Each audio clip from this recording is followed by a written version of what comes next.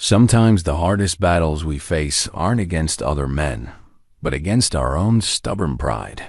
For 23 years, Silas Cord lived with pain he never spoke about, carrying a burden in silence the way so many men of his generation did.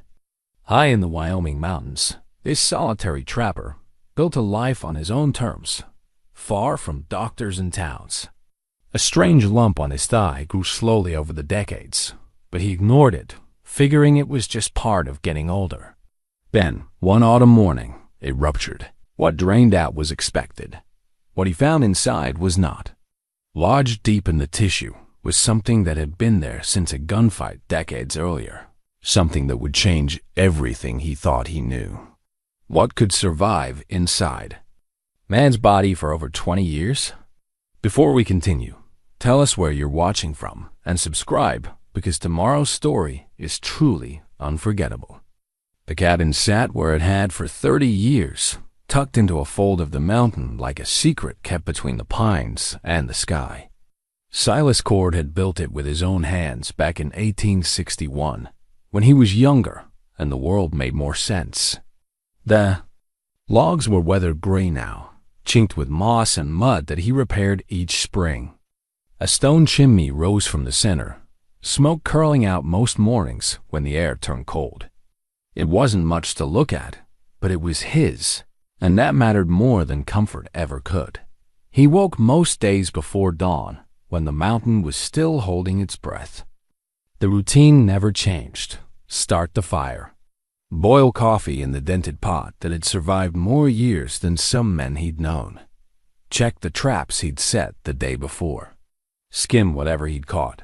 Stretch the pelts, salt them, stack them with the others waiting for the seasonal trip to town. Silas was in his 50s now, though he'd stopped counting the exact number years ago. His hair had gone mostly gray, pulled back in a manner that kept it out of his face when he worked. His hands were scarred and calloused, the knuckles swollen from breaks that had healed crooked. He stood just under 6 feet, broad in the shoulders but lean everywhere else. The mountain didn't allow for excess. You worked, you ate what you needed, and the rest went back into surviving another day. Got his face told stories he never spoke aloud. A scar ran from his left eyebrow into his hairline where a bear had gotten to, close in 73. Another marked his jaw from a knife fight he'd barely won in 69. His eyes were the color of storm clouds, and they'd seen things that made younger men flinch when he stared too long. But there was kindness there, too, buried deep, like water under stone. The pain in his right thigh had been with him so long he barely noticed it anymore. It was there when he walked, a dull ache that sharpened when the weather turned. There when he knelt to set a trap. There when he lay down at night, a throb that sometimes kept sleep at bay. He'd learned to favor the left leg without thinking about it, adjusted his gait so the limp was barely visible. Pride, after all, was often the only thing a man had left. The lump itself had started small. He remembered noticing it one winter, maybe 69 or 70, running his hand over his thigh and feeling something that hadn't been there before. Hard, round, deep under the skin. He'd pressed on it, felt the sharp stab of pain, and decided it was probably nothing. A cyst maybe, something that would go away on its own if he left it alone. But it hadn't gone away. Year by year, it had grown. Slowly at first, then faster. By the mid-70s, it was the size of a hen's egg, a visible bulge even through his trousers. The skin over it had darkened, stretched tight. Sometimes it wept a clear fluid that stained his clothes. Other times it was hot to the touch, angry red, and the pain would spread down to his knee and up into his hip. He never saw a doctor. The nearest one was in Redemption Creek, a 2-day ride down the mountain. And Silas hadn't been to town except once a year when he needed to trade his furs for supplies. Even then, he avoided people as much as possible. Doctors asked questions. They poked and prodded. They made you feel weak for needing help. Silas had survived this long without them. Whatever was wrong with his leg, he'd survived that too. The knife he carried had been with him almost as long as the cabin. The handle was carved from elkhorn, worn smooth by decades of use. His initials were scratched into the base, barely visible now. The blade was 8 inches of steel he kept sharp enough to shave with. He used it for everything: skinning, cutting rope, cleaning under his nails, whittling by the fire on long winter nights. It hung on his belt in a leather sheath he'd made himself, stitched with sinew and decorated with a simple pattern Sarah had suggested before she died. Sarah. He didn't let himself think about her often. The grief was old now, 16 years old, but it could still catch him by surprise. She'd been his wife for 12 years, and they'd been good years despite the hardship. She'd come to the mountain with him willingly, a town girl who learned to love the silence. She'd helped build this life, tended a small garden in the clearing, kept the cabin warm and clean. She'd given him a daughter, Clara. That was a name that brought a different kind of pain, sharper than the leg, deeper than any scar. She'd been 9 when Sarah died of the influenza in 1875. Too young to stay on the mountain, too young to fend for herself. Silas had taken her to Redemption Creek, to Sarah's sister, and left her there. He told himself it was the right thing to do. A girl needed schooling, needed other people, needed a life that wasn't this harsh existence. But the truth he couldn't quite face, was that he didn't know how to be a father without Sarah there to show him how. He hadn't seen Clara in 16 years. She'd be 25 now, a woman grown. He wondered sometimes if she even remembered him, if she hated him for leaving, if she built a life for herself in town and was better off without the memory of a father who'd chosen solitude over his own child. The hunting had been good this past month. September was always a good time for beaver and mink, and he'd collected nearly 40 pelts, all prime quality. They hung from the rafters now, filling the cabin with the smell of cured hide and the faint musk of wild things. In another few weeks, when October came, he'd pack them on his mule and make the journey down to trade with Carson, the fur buyer who set up shop in Redemption Creek each fall. Silas kept to himself when he went to town. He'd trade his furs by his supplies, flour, salt, coffee, tobacco, ammunition, and leave before anyone could engage him in more than necessary conversation. He didn't drink in the saloon, didn't attend church, didn't linger in the streets. The people there knew him by reputation more than acquaintance. The mountain man, the hermit, the one who'd lost his wife and given away his daughter. Some said he'd been a scout in his younger days, that he'd ridden with the cavalry and knew the territory better than any living man. Some said he'd killed more than a few men in his time, though whether they deserved it was a matter of debate depending on who you asked. Some said he was part Shoshone, though that was just speculation based on the way he moved through the woods like he was part of them.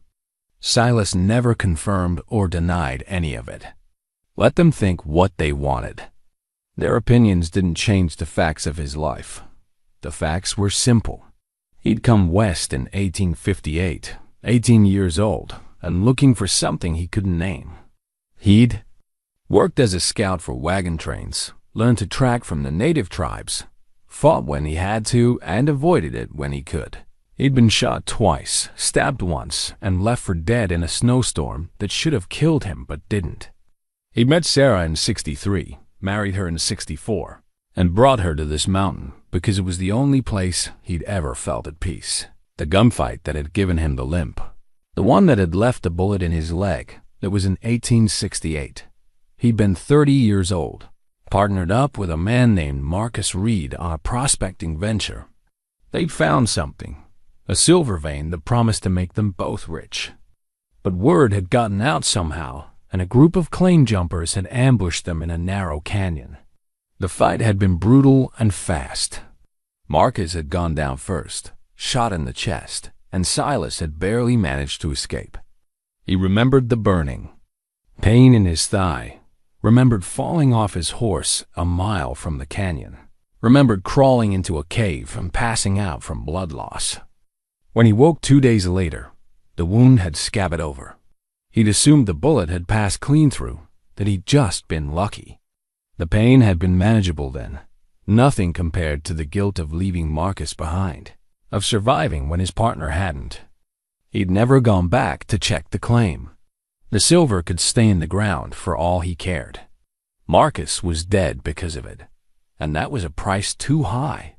Asterisk, but the bullet hadn't passed through. It had lodged deep in the muscle, and his body had done what bodies do. It had tried to wall it off, to isolate the foreign object and contain it. For 23 years, that bullet had lived inside him, wrapped in layers of scar tissue and calcium, slowly growing into the mass that now dominated his thigh. He should have known something was wrong. The way the lump had changed over the past year, growing faster, getting hotter, the skin taking on a purple tinge. The way the pain had intensified from a dull ache to sharp stabs that made him gasp.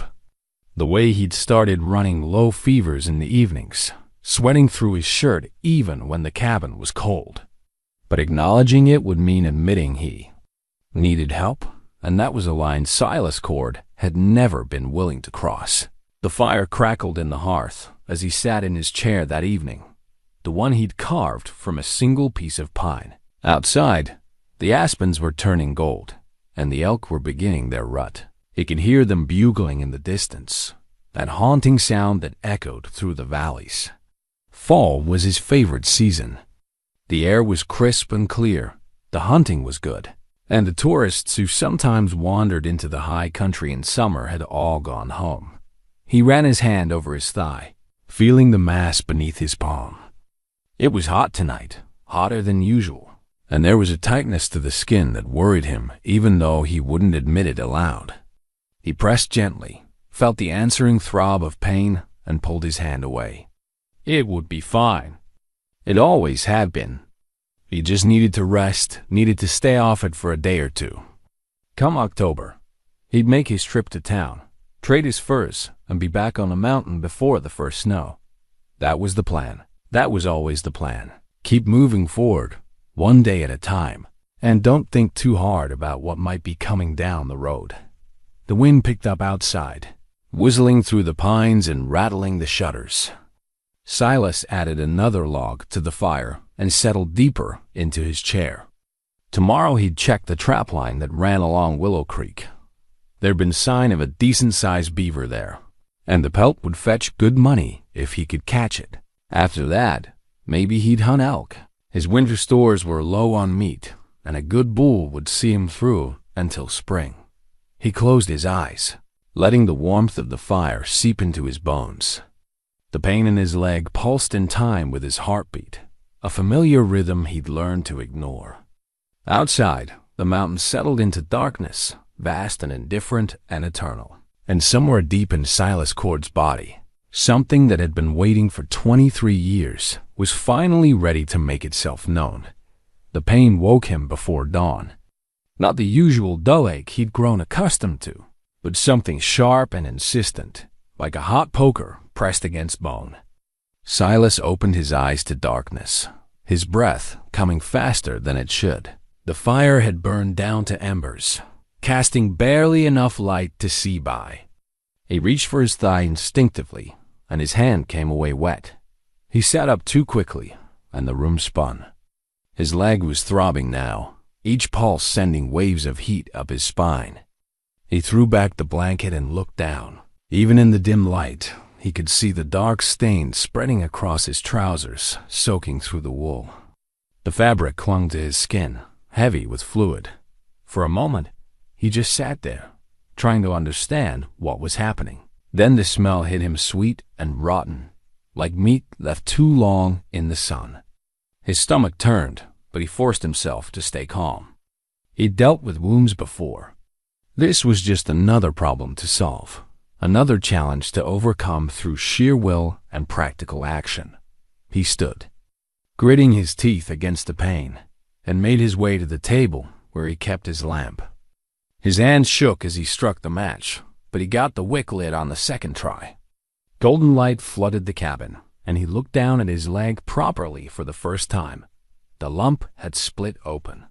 A ragged tear ran across the top of it, maybe 3 inches long, and fluid was pouring out.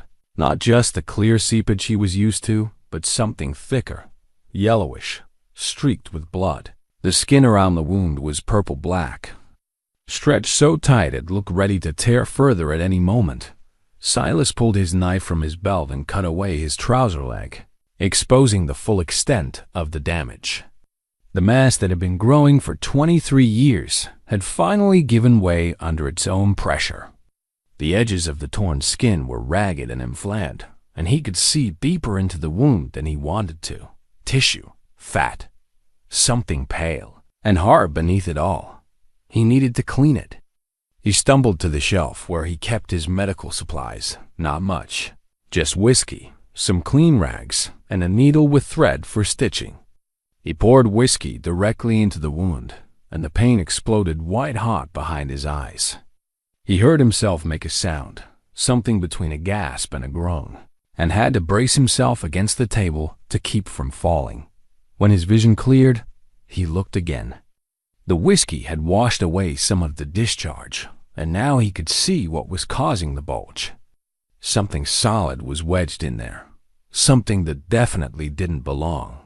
He reached for a clean rag, pressed it around the edges of the wound, and applied gentle pressure to see if he could coax whatever it was out. More fluid drained, thick and foul, soaking the rag in seconds. He tossed it aside and grabbed another, pressed again.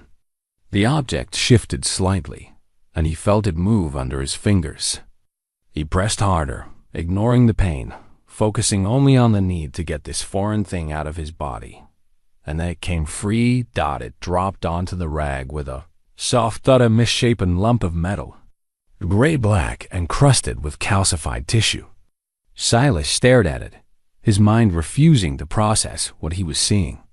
He picked it up with shaking fingers, turned it over in the lamplight. The metal was flattened on one side, expanded by impact.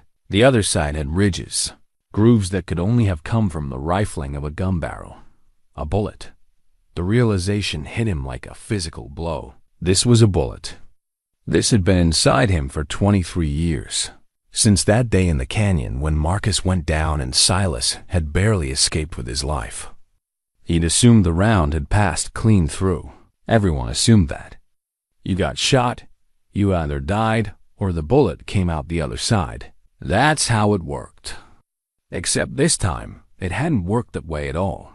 The bullet had lodged in his thigh, buried deep in the muscle, and his body had spent more than 2 decades trying to contain it, building walls of scar tissue around it, calcifying it, sealing it off like a pearl inside an oyster, layer upon layer, until the mass had grown too large and the pressure had become too great and the whole thing had finally ruptured. He sat down heavily, the bullet still clutched in his hand. His leg was bleeding steadily now, not spurting but flowing, dark red against his pale skin. He should bind it. Should pack it with something to stop the bleeding. Should do any number of practical things that his mind was listing out with detached clarity. But he couldn't move. He could only sit there, staring at this piece of lead that had been part of him for longer than he'd known his own daughter. The memories came flooding back, vivid and sharp after being buried for so long. The canyon with its high walls and narrow passage. The way the sunlight had angled through, making patterns on the red rock. Marcus's excitement about the silver vein they'd found, talking about how they'd finally made their fortune, how they could both retire and live like kings. The sound of gunfire echoing off stone. The chaos of men and horses and muzzle flash. Marcus falling. Blood on the rocks. The burning pain in Silas's thigh as he wheeled his horse around. The desperate ride out of the canyon. The pursuing shots. The mile he'd covered before his strength gave out and he fell. The cave where he'd crawled to hide. The fever dreams. The days it had taken him to recover enough to make it back to civilization. He'd assumed Marcus was dead. The way he'd gone down, the shot to his chest, there was no surviving that. Silas had told himself there was nothing he could have done, that going back would have just meant dying alongside his partner. He'd taken the guilt and buried it deep, the same way his body had buried this bullet. And he'd never gone back to check on the claim. The silver could rot in the ground for all he cared. It had cost Marcus his life, and it had nearly cost Silas his own. But now, holding this bullet in his hand, he realized he'd been carrying that day with him all along. Literally, the evidence of the ambush, the proof of the violence, had been inside him, festering, growing, waiting for this moment to emerge and force him to remember. A wave of dizziness washed over him, and he recognized the signs: fever, blood loss, infection setting in. The wound was still seeping, and the smell was getting worse. He forced himself to focus, packed the wound with clean rags, bound it tightly with strips he tore from an old shirt, poured more whiskey over everything, biting down on a piece of leather to keep from crying out. The pain was beyond anything he'd experienced before, worse even than taking the bullet in the first place. When he was done, he was soaked with sweat despite the cold. His hands wouldn't stop shaking. He tried to stand and nearly collapsed, catching himself on the edge of the table. The room was spinning again, and dark spots danced at the edges of his vision. He needed to lie down, needed to rest, needed to let his body fight whatever infection was trying to take hold. Asterisk, he made it to the bed somehow, though he couldn't remember the steps between the table and the mattress. He lay there in the lamplight, the bullet still clutched in his fist, and felt the fever beginning to rise. Heat poured off his skin. His leg throbbed in time with his heartbeat, each pulse a reminder that something had gone very wrong inside him. As consciousness started to slip away, one thought crystallized with perfect clarity: he couldn't handle this alone. The wound was too deep, the infection too advanced. If he stayed on this mountain, if he insisted on dealing with this by himself, he was going to die. Not today, maybe not even tomorrow, but soon. The body could only take so much. He'd survived 23 years with a bullet in his leg. He'd survived losing Sarah, survived giving up Clara, survived every hardship the mountain had thrown at him. But this was different. This was his own body turning against him, the price finally coming due for decades of neglect and stubbornness and pride. He would have to go to town, would have to see the doctor, would have to admit that he needed help, something he hadn't done since the day he'd carried Clara down this mountain and left her in someone else's care. The thought filled him with something close to terror, but underneath that was something else. Relief, maybe, or just exhaustion. He was tired of carrying everything alone, tired of pretending that self-sufficiency was the same thing as strength, tired of the weight he'd been bearing, both the physical bullet and the emotional burden of isolation. Outside, the sky was beginning to lighten. Morning was coming, and with it, a choice.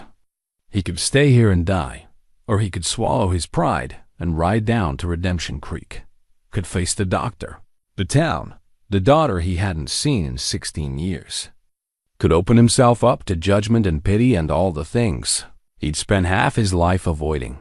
The fever pulled him under before he could decide, dragging him down into dreams of canyons and gunfire and a piece of lead that had waited 2 decades to tell its story. The journey down the mountain took him 2 days instead of the usual one. Silas had to stop frequently, dismounting when the pain became too much, leaning against trees while the world tilted and spun around him. His mule carried the supplies, patient and steady, while he struggled just to stay in the saddle. The fever came in waves, burning hot and then leaving him shivering in his coat. Despite the September sun, by the time Redemption Creek came into view, he was barely conscious. The town sat in a valley where 2 streams met, maybe 300 souls, living in buildings that ranged from proper storefronts to canvas tents that had been there so long they'd taken on a permanent quality. The main street was rutted dirt, lined with hitching posts and water troughs. He could see the general store, the saloon, the assayer's office. And there, the building with the hand-painted sign that read, Dr. E. Whitmore, physician and surgeon. Silas guided his horse toward the doctor's office and somehow managed to dismount without falling. His leg wouldn't hold his full weight anymore. He had to hop on the good leg, using the hitching post for support. And even that simple movement sent knives of pain through his body. He tied the horse with fumbling fingers, then made his way to the door. He pushed it open and nearly fell through. The room inside was clean and bright, sunlight streaming through lace curtains. There were shelves lined with bottles and jars, an examination table covered in white cloth, and chairs for waiting. Behind a desk sat a man in his 60s, silver-haired and sharp-eyed, wearing a vest and rolled-up shirt sleeves. He looked up from the papers he'd been studying, and his expression shifted immediately from mild curiosity to professional concern. "Good Lord," the doctor said, rising from his chair. "Sit down before you fall down." Silas wanted to argue, wanted to say he was fine, but his body made a liar of him. His knees buckled, and the doctor caught him, surprisingly strong for a man his age. Together, they made it to the examination table, where Silas sat heavily, breathing hard from the effort. "I'm Dr. Elias Whitmore," the man said, already reaching for Silas's leg. "How long have you been traveling with this?" 2 days, Silas managed. His voice sounded strange to his own ears, rough and distant. 2 days. "And before that, how long has this been festering?" Silas didn't answer. He was too focused on not passing out as the doctor cut away the makeshift bandage. The cloth had stuck to the wound, dried blood and pus acting like glue. Each pull brought fresh agony, and Silas gripped the edge of the table hard enough that his knuckles went white. When the wound was finally exposed, the doctor went very still. "When did this happen?" 3 days ago. It ruptured. The doctor leaned closer, examining the ragged tear with professional intensity. "This isn't a fresh wound. This is old tissue that finally gave way. How long have you had this mass?" 23 years. The doctor's head snapped up, eyes widening. 23 years? You've been walking around with this for over 2 decades and never sought treatment? Silas met his gaze. Didn't seem necessary. Didn't seem. The doctor caught himself, took a breath, and seemed to deliberately calm himself. "I'm going to need to clean this properly. It's badly infected. The tissue around it is necrotic. If we don't act quickly, you're looking at gangrene, and if gangrene sets in this deep, we'll be talking about amputation." The word hung in the air like a death sentence. Amputation. Losing the leg. Becoming half a man, dependent on others for the rest of his days. Silas felt something cold settle in his chest. "There has to be another way," he said. "There might be." The doctor moved to his supply shelf, selecting bottles and instruments with practiced efficiency. "But you need to understand the severity of your situation. This infection is systemic. You're running a high fever. The wound is deep and compromised. We're going to try aggressive treatment, first cleaning, debridement, antibacterial compounds, close monitoring. But if the infection spreads, if we see signs of tissue death beyond what's already there, we won't have a choice." He returned with his hands full of a basin of water, bottles of carbolic acid and iodine, clean cloths, and a set of surgical instruments that made Silas's stomach turn. There were probes, scissors with curved blades, something that looked like small tongs.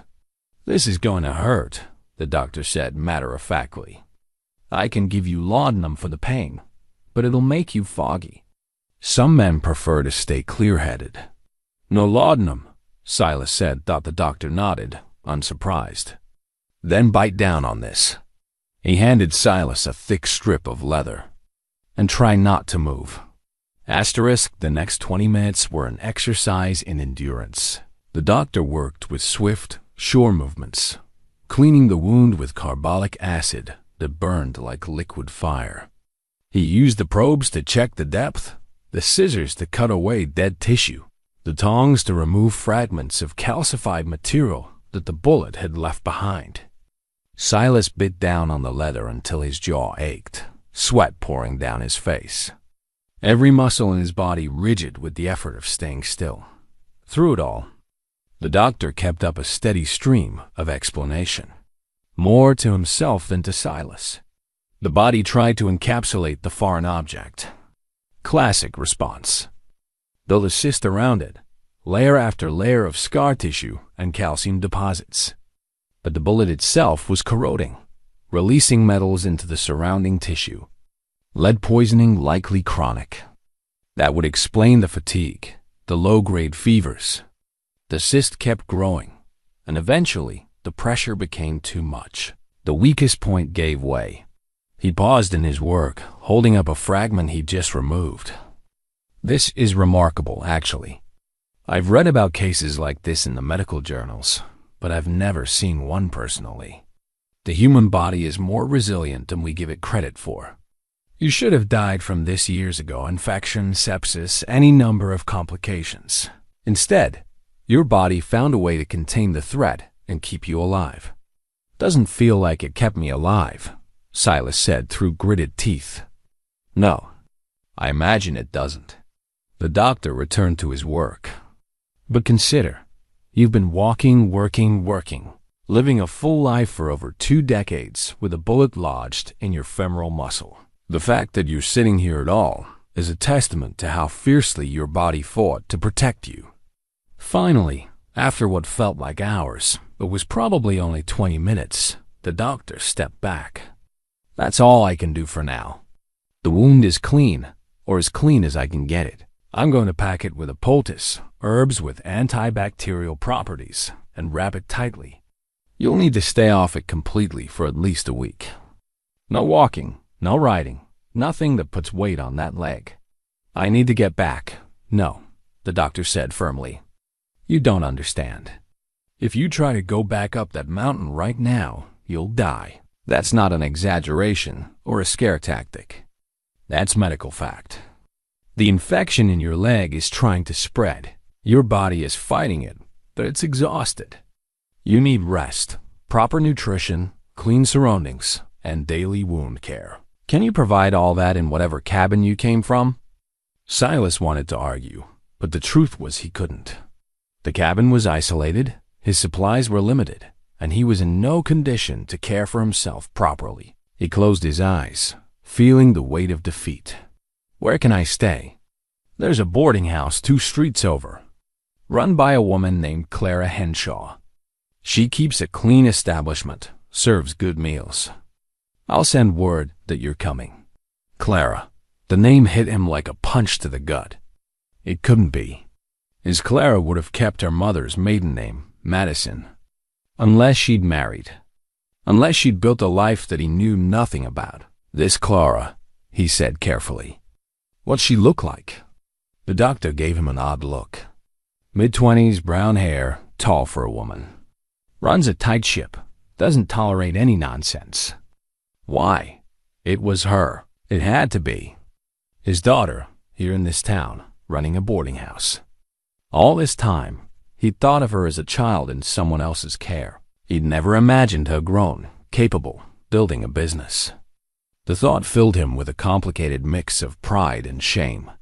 No reason, he said. Just like to know where I'm staying. The doctor finished bandaging the leg, wrapping it in layers of clean white cloth until it was secure. Then he produced a pair of crutches from the corner of the room. These will help you get around until the leg heals. Don't put any weight on it. I mean that literally, not even a little bit. And I want to see you every day for the next week. We need to monitor this closely. Silas took the crutches, tested his weight on them. They were solid wood, well made. The crosspieces padded with cloth. Moving was awkward and slow, but it was better than trying to hop. What do I owe you? He asked. We'll settle up when you're healed. For now, just focus on not dying. The doctor opened the door, then paused. One more thing. That bullet, do you still have it? Silas reached into his pocket and pulled out the flattened piece of lead. He'd held onto it without really thinking about why. This piece of metal that had been part of him for so long. The doctor took it, turned it over in his hands. I'd like to keep this, if you don't mind. For my records, cases like yours are rare enough that they're worth documenting. Silas hesitated, then nodded. The bullet had caused enough trouble. Let someone else carry it for a while. He made his way outside, slow and careful on the crutches. The boarding house was where the doctor said it would be. A 2-story building with a fresh coat of white paint and flower boxes in the windows. The sign hanging from the porch read, Henshaw's Rooms, Queen Beds, Good Meals. Silas stood at the bottom of the porch steps, looking up at the door. Somewhere inside was his daughter, the child he'd left behind 16 years ago. She probably didn't even know he was in town yet, didn't know he was standing here, trying to figure out how to face her after all this time. He could go somewhere else. There were other places to stay, other arrangements he could make. But his body made the decision for him. Another wave of dizziness hit, and he had to grab the porch railing to stay upright. He needed to lie down, needed rest and food and all the things the doctor had prescribed. Pride was one thing, but survival was another. He climbed the steps one at a time, leaning heavily on the crutches, reached for the door handle, and pushed it open to face the daughter he'd abandoned and the reckoning that had been waiting for 16 long years. The interior of the boarding house was warm and smelled of baking bread. The front room served as a parlor, with comfortable chairs arranged around a fireplace and lace curtains that let in the afternoon light. A desk stood near the door, and behind it sat a woman writing in a ledger book. She looked up at the sound of the door, and time stopped. Clara had her mother's eyes deep brown, intelligent, capable of conveying more emotion than words ever could. But the rest was all Silas, the strong jawline, the high cheekbones, the way she held herself with a kind of quiet competence that came from years of handling things alone. Her hair was pulled back in a practical bun, and she wore a simple dress with an apron over it. There were ink stains on her fingers. For a long moment, they just stared at each other. Silas watched recognition dawn on her face, saw her expression shift from professional welcome to shock to something harder and more complicated. She set down her pen with deliberate care. You need a room? Her voice was level, controlled, giving nothing away. Doc Whitmore said you might have one available. I have several available. She pulled a key from a drawer without looking at him. Second floor, end of the hall. $2 a week, includes breakfast and supper. No drinking in the rooms, no guests after 9 o'clock, no smoking in bed. She held out the key, and Silas had to cross the room to take it.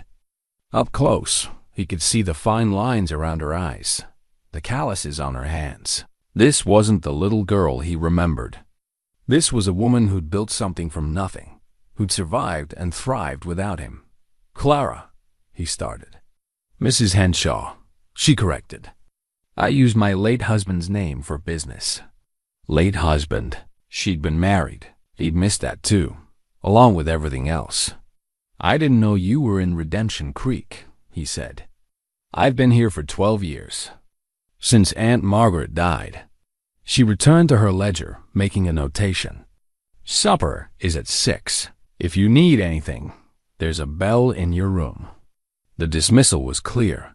Silas wanted to say more, wanted to explain or apologize or something, but the words wouldn't come. He'd spent 16 years avoiding this conversation, and now that it was here, he had no idea how to begin. So he did what he'd always done. He retreated, turned toward the stairs, and made his slow, awkward way up with the crutches. The room at the end of the hall was small but clean. A single bed with a quilt, a washstand with a basin and pitcher, a chair by the window. Simple, functional, exactly what he needed. He lowered himself onto the bed and felt every year of his age settle into his bones. Through the floor, he could hear the sounds of the house. Footsteps, voices, the clatter of dishes from what must be the kitchen. Clara's voice, clear and firm, giving instructions to someone. She sounded confident, in control. Nothing like the frightened 9-year-old he'd left behind. He must have dozed because the next thing he knew, someone was knocking on his door. The light through the window had changed, gone golden with late afternoon. "Come in," he called. The door opened to reveal Clara carrying a tray. She set it on the small table by the bed without ceremony. A bowl of stew, a thick slice of bread, a cup of coffee. The smell made his stomach clench with hunger. He couldn't remember the last time he'd eaten. "Doc Whitmore stopped by," she said. "Told me to make sure you ate. Said you're to rest and keep off the leg." "I will." She turned to go, and Silas heard himself say, "I didn't know about your husband. I'm sorry for your loss." Clara paused in the doorway, her back to him. "Thomas died 3 years ago. Logging accident. We'd been married for 7 years. Did you love him?" "What kind of question is that?" "An honest one." She turned to face him, and for the first time, real emotion broke through her careful control. "Yes, I loved him. He was kind and decent, and he stayed. Which is more than I can say for some people." The words hit their mark, and Silas accepted them because he'd earned them. "You have every right to be angry. I'm not angry." She crossed her arms. "I was angry when I was 9 years old, and you left me with Aunt Margaret and never came back.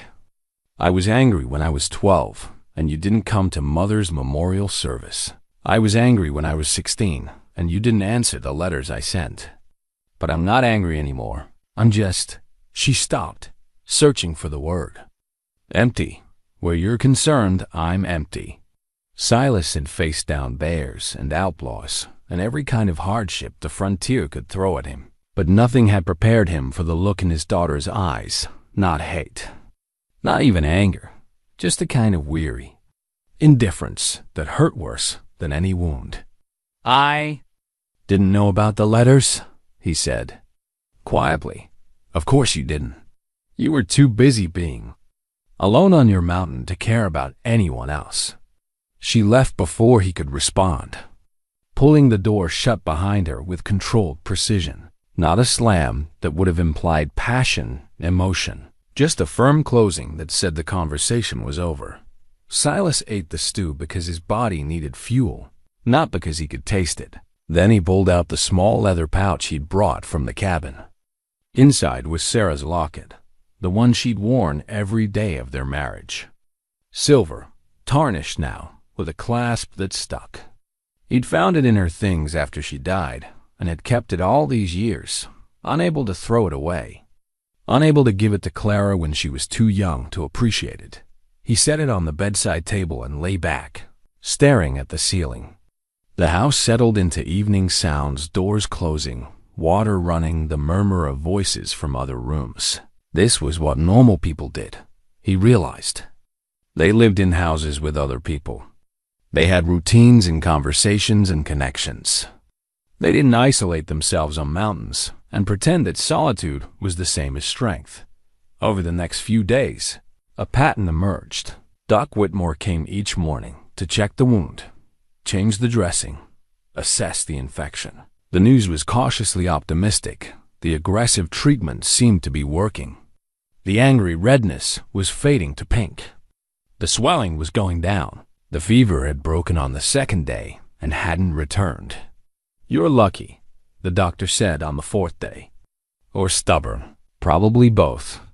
The infection is receding. We might actually save this leg. Might?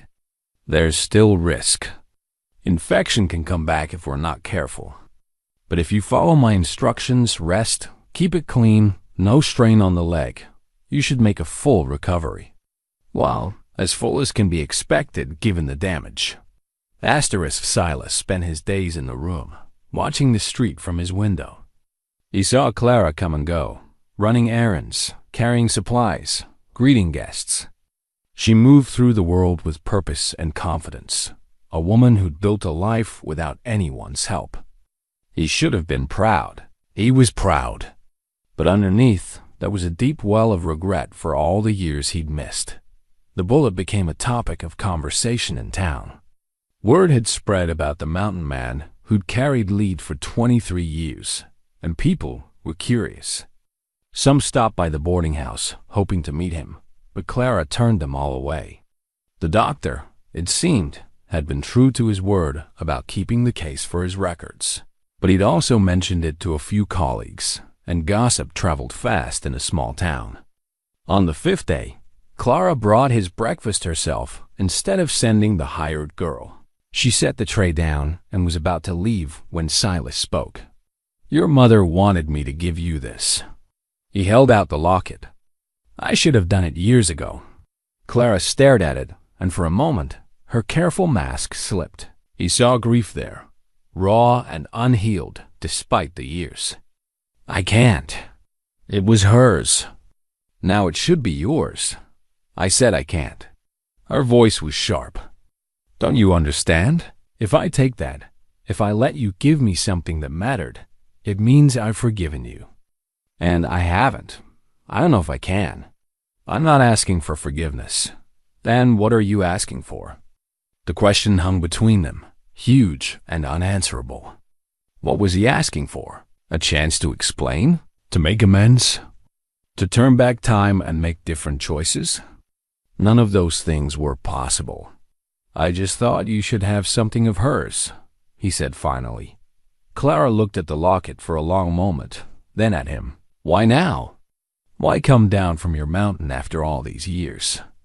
"I didn't have a choice." "The wound, not the wound. Why now are you trying to be, whatever this is, a father? 16 years too late for that. I know. Do you?" She moved closer, and he could see she was shaking with suppressed emotion. "Do you have any idea what it was like? Being 9 years old and losing both parents in the space of 6 months? Mother died and you were still alive, but you might as well have been dead for all the good it did me. Aunt Margaret tried her best, but she was old and sick herself. I learned to cook, to clean, to take care of her. And when she died, I was 16 and alone and had to figure out how to survive. Thomas found me trying to sell Mother's things to pay rent. He helped me. A stranger helped me more than my own father ever did." Silas absorbed each word like a blow, accepting them because they were true. "You're right. About all of it. I don't want to be right. I want—" She stopped, pressing her hand to her mouth. "I don't even know what I want anymore." She picked up the locket, held it in her palm. "I'll keep this.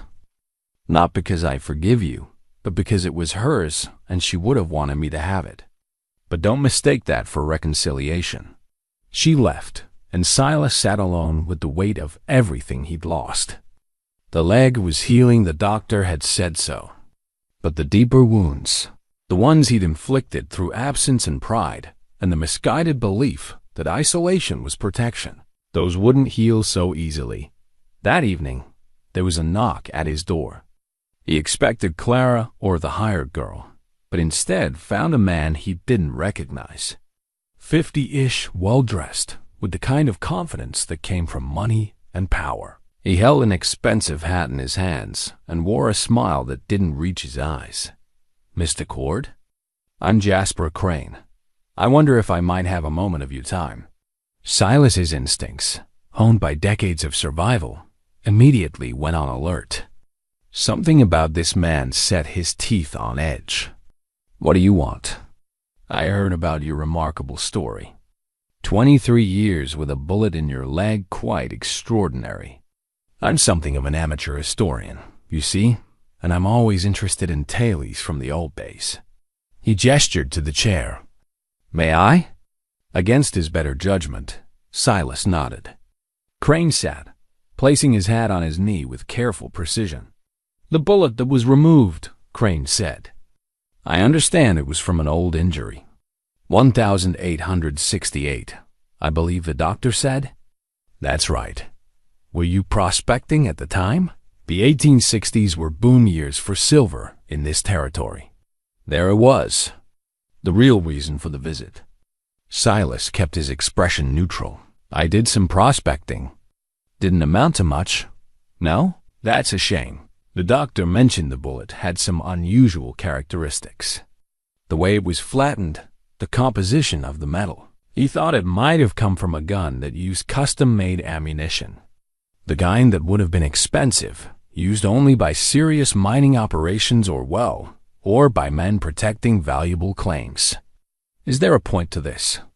Crane leaned forward. I'll be direct.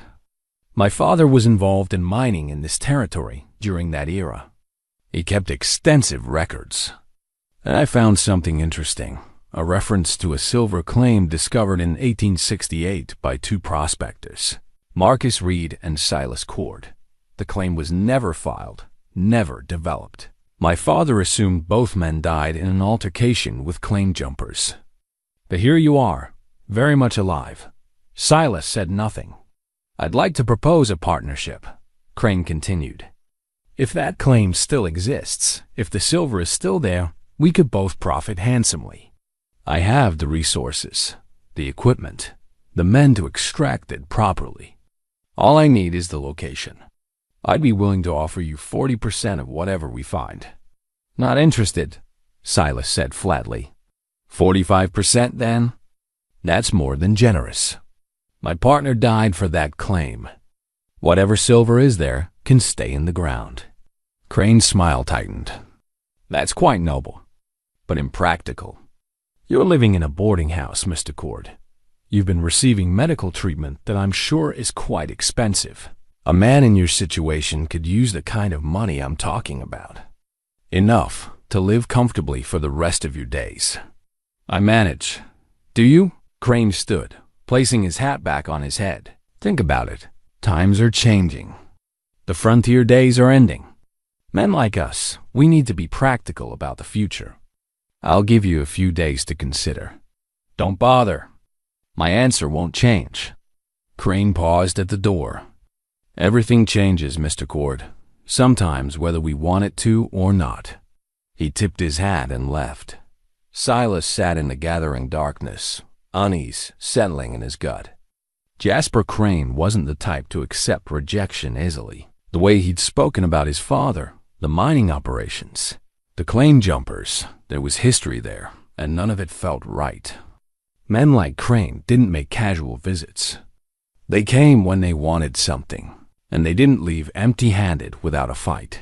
He thought about the claim, about Marcus, about that day in the canyon 23 years ago. He'd spent decades trying to forget it, trying to bury it as deep as the bullet that had been lodged in his leg. But now both had been unearthed, and he had a feeling this was only the beginning of the reckoning. 2 weeks passed, and Silas's leg continued to heal. The wound had closed enough that he could put some weight on it, though Doc Whitmore cautioned against pushing too hard too fast. The crutches were still necessary, but he could manage short walks now, and the constant pain had dulled to a manageable ache. Jasper Crane didn't return, but his presence lingered like smoke. Silas saw him occasionally through the window, conducting business in the street, speaking with the sheriff, entering the assayer's office. Each time, Silas felt that prickle of warning, the instinct that said this man was dangerous in ways that had nothing to do with guns or fists. Asterisk. Clara maintained her careful distance. She was polite but formal, treating him like any other boarder. She brought his meals, collected his rent, inquired about his medical needs with perfect professional courtesy and zero warmth. It was like living with a ghost of his daughter, present but untouchable. On a Thursday afternoon, Doc Whitmore came for his daily visit and found Silas sitting by the window, watching the street below. "Leg's looking good," the doctor said after examining the wound. "Another few weeks and you'll be able to ride again. Probably be back on your mountain by winter." "Probably," Silas agreed, though the thought didn't bring the relief it should have. Going back meant leaving Clara again, and this time it felt less like protection and more like cowardice. The doctor settled into the chair, his usual sign that he wanted to talk beyond just medical matters. They developed something almost like friendship over these weeks, built on their shared experience as men who'd seen violence and survived it. Crane's been asking questions around town, Doc said. About the old silver strikes, about men who went missing in the 60s. About you. Let him ask. Asterisk, he's not just asking.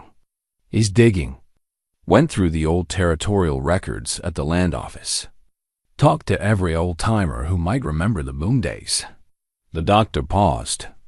He's also been spreading money around. Bought drinks at the saloon. Made donations to the church. Paid off a few debts for people who were struggling. Making himself popular. What's your point? My point is that Jasper Crane is a patient man, but he's not a forgiving one.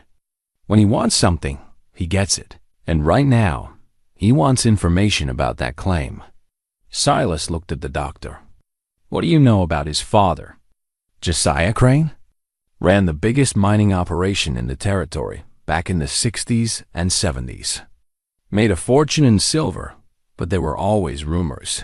Claims that mysteriously got abandoned. Prospectors who disappeared. Nothing was ever proven, but Doc shrugged. When a man gets rich fast in mining country, there are usually bodies in his wake. What happened to him? Died in 85. Some said it was his heart. Some said it was drink. Some said it was guilt that ate him from the inside. Jasper inherited everything. The mines, the money, the reputation. He spent the last 6 years trying to find new veins, but the easy silver's been played out. He needs a big strike to maintain his father's legacy. The pieces were starting to fit together in Silas's mind, forming a picture he didn't like. The men who ambushed us in 68, you think they were working for Josiah Crane? Can't prove it. But if I had to guess? Yes, his operation was the biggest around, and he had the kind of money to hire guns. Doc leaned forward. Here's what worries me. If Josiah tried to take that claim by force and failed, Jasper might try the same approach. Different methods, maybe, but the same goal. I'm not giving him the location. I'm not suggesting you should. I'm suggesting you be careful. Watch your back. Don't go anywhere alone until you're healed enough to defend yourself. After the doctor left, Silas sat thinking about Marcus Reed. They'd met in 67. 2 men down on their luck who decided to pool their resources and try their hand at prospecting. Marcus had been younger, mid-20s, quick to laugh and full of dreams about striking it rich. He'd talked about the house he'd buy, the woman he'd marry, the life he'd build with his share of whatever they found. They'd spent months searching the high country, following veins that went nowhere, digging test pits that yielded nothing but rock. Then, in May of 68, they'd founded a silver vein running through a narrow canyon, rich enough to make them both wealthy. They'd been so excited they'd gotten careless. Someone must have followed them, must have seen them marking the claim, must have reported back to whoever was paying for information that the ambush had come 3 days later. 6 men with rifles, waiting at the mouth of the canyon. The firefight had been brief and brutal. Marcus had taken a bullet to the chest in the first volley. Silas had seen him go down, had tried to reach him, and caught a round in his thigh for the effort. Pure instinct had taken over then. Get to the horse. Get out of the canyon. Survive. He'd ridden until his strength gave out, assuming Marcus was dead and the claim was lost. For 23 years, he'd carried the guilt of leaving his partner behind. Now he was starting to wonder if Marcus had actually died in that canyon, or if something worse had happened. If the Cranes had been behind the ambush, they would have wanted information. Would have wanted to know exactly where the vein was. A dead man couldn't talk, but a wounded one could. The thought made him sick. That evening, Clara brought his supper herself again. She'd been doing that more often lately, though whether it was intentional or just coincidence, he couldn't tell. She set the tray down and turned to leave, but Silas spoke before she could reach the door. Your mother knew about the claim, he said. About the silver, about what happened to Marcus. I told her everything when I finally made it back to civilization. She begged me not to go looking for it, said it had already cost too much. Clara stopped but didn't turn around. Why are you telling me this? Because a man named Jasper Crane wants information about that claim, and I'm afraid he might try to use you to get it. His father might have been the one who ordered the ambush. If he figures out you're my daughter, everyone already knows I'm your daughter, Clara said. It's a small town. They figured it out the day you arrived. Then you need to be careful. Crane is. I can take care of myself. Now she did turn, and her eyes were fierce. I've been doing it for 16 years. I don't need protection from you now. Clara, please, don't. She held up her hand. Don't pretend you're worried about me. If you were worried, you would have been here all those years ago when I actually needed you.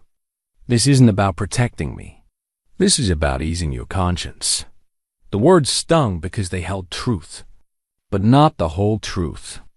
You're right that I failed you, but that doesn't mean I'm going to stand by and watch you get hurt because of my past. My past too, she said quietly.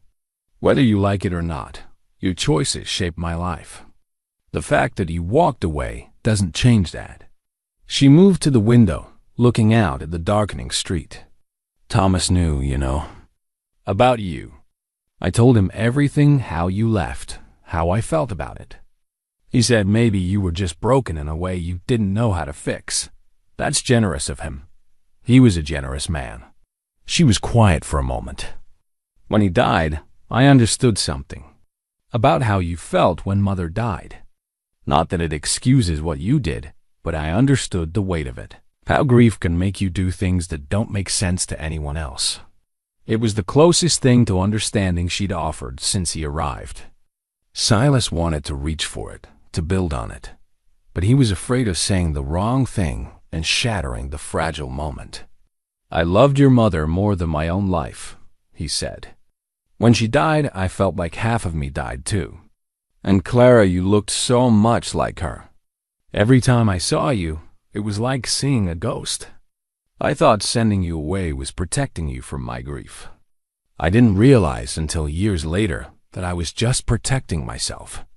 Clara's shoulders tensed, and he could see her fighting emotions she didn't want to feel. I don't know what to do with that. With any of this. You don't have to do anything. I'm trying to be honest. Finally. They stood in silence, the distance between them both physical and vast. Finally, Clara spoke without looking at him.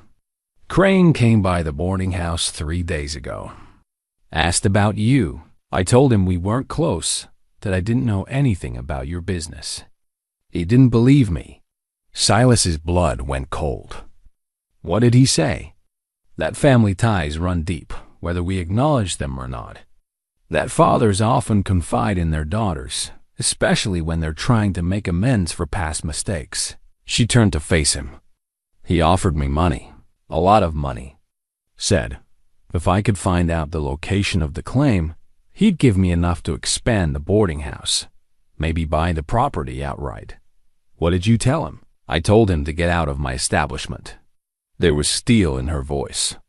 I don't like you very much right now, and I don't know if I ever will.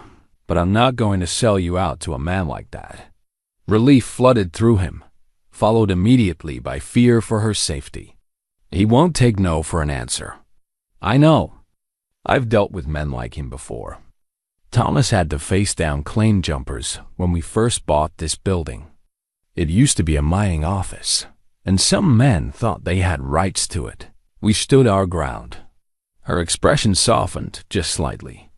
He taught me that standing your ground doesn't mean fighting. Sometimes it just means refusing to move. This is different.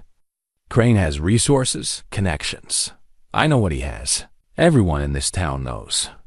He owns the sheriff, owns half the businesses, owns debts that give him leverage over anyone who crosses him. But he doesn't own me, and he doesn't own this building. She straightened. Whatever you're involved in, whatever this claim business is about, keep me out of it. But I won't be threatened in my own home. With that, she left, and Silas was alone with his thoughts and his growing dread. Crane had made his move, just not the one Silas had expected.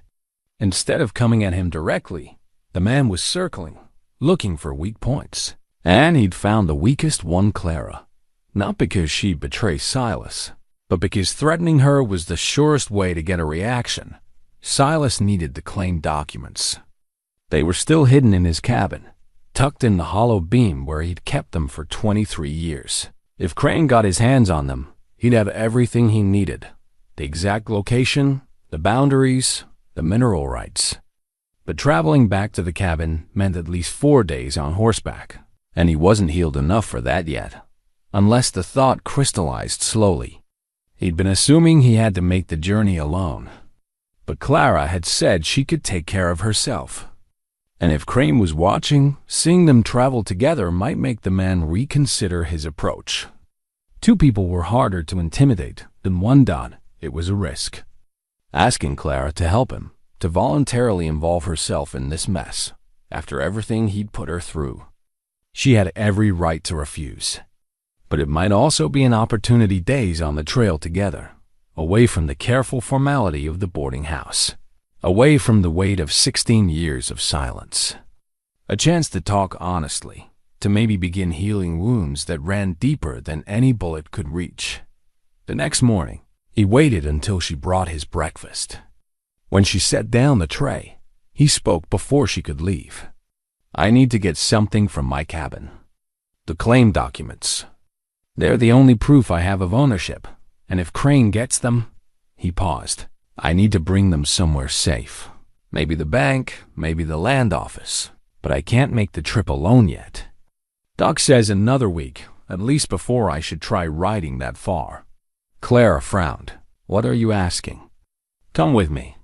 Help me retrieve the documents. It's a 2-day ride there, 2 days back. You'd be back before anyone really noticed you were gone. You want me to abandon my business for 4 days to help you protect a claim that got your partner killed? I want you to help me make sure Crane doesn't get what he wants." And he forced himself to be honest. "I want a chance to talk to you. Really talk, without these walls between us." She crossed her arms. "That's convenient. You need help, and suddenly you want reconciliation. You're right. The timing is convenient. But that doesn't make it less true." Clara was quiet for a long moment, and he could see the war playing out behind her eyes. Finally, she said, "I'll think about it." She left, and Silas spent the day trying not to think about all the ways this could go wrong. But as evening approached, Clara returned to his room.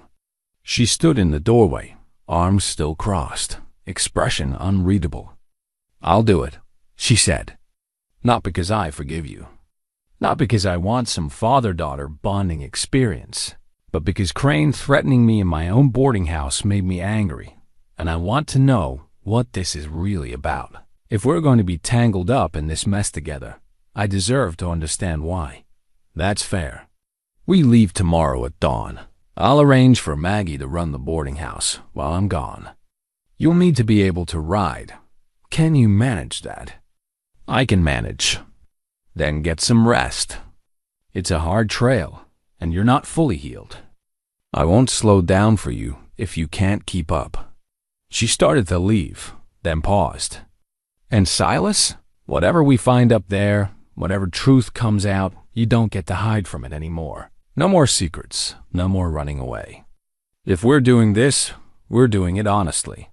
"Agreed," he said after she left. Silas sat in the darkness, feeling the weight of what he'd set in motion. Tomorrow, he'd return to the mountain with his daughter. They'd retrieve documents that proved ownership of a claim that had cost one man his life, and hidden in Silas's body for over 2 decades.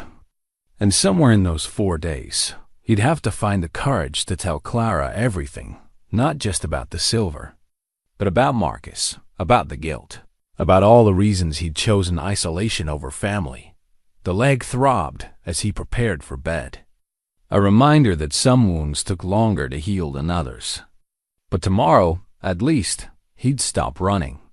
Tomorrow, He'd face the past with the one person who had every right to hate him for it. And maybe, just maybe, they'd both find a way forward. The entry continued. Marcus's handwriting getting shakier. I'm going to hide this journal where Silas might find it someday. If you're reading this, old friend, know that I don't blame you for leaving. You did what you had to do to survive. But listen carefully, the claim is on sacred ground. Two Bears was right. The silver runs through Cheyenne burial sites. We should never have touched it. The copies are in the cache. If you want justice for what happened here, use them. But if you want peace, leave the silver in the ground where it belongs. Some things aren't worth the cost. I hear them coming back. Josiah is carrying a knife. I think I know what comes next. Tell Sarah I'm sorry. Tell your little girl that her father is a good man, even if he doesn't always believe it himself. The weight you carry will kill you if you don't learn to set it down. Marcus. The journal entry ended there, but there were more pages. Clara turned them, and they found entries in different handwriting, smaller, more cramped, dated 3 weeks after the ambush. This isn't Marcus, Clara said. Someone else wrote these. Silas took the journal, reading the new entries. They were observations, notes about the area, about Silas's movements. Someone had been tracking him, watching him. The entries mentioned Sarah, mentioned the cabin, mentioned Clara as a baby.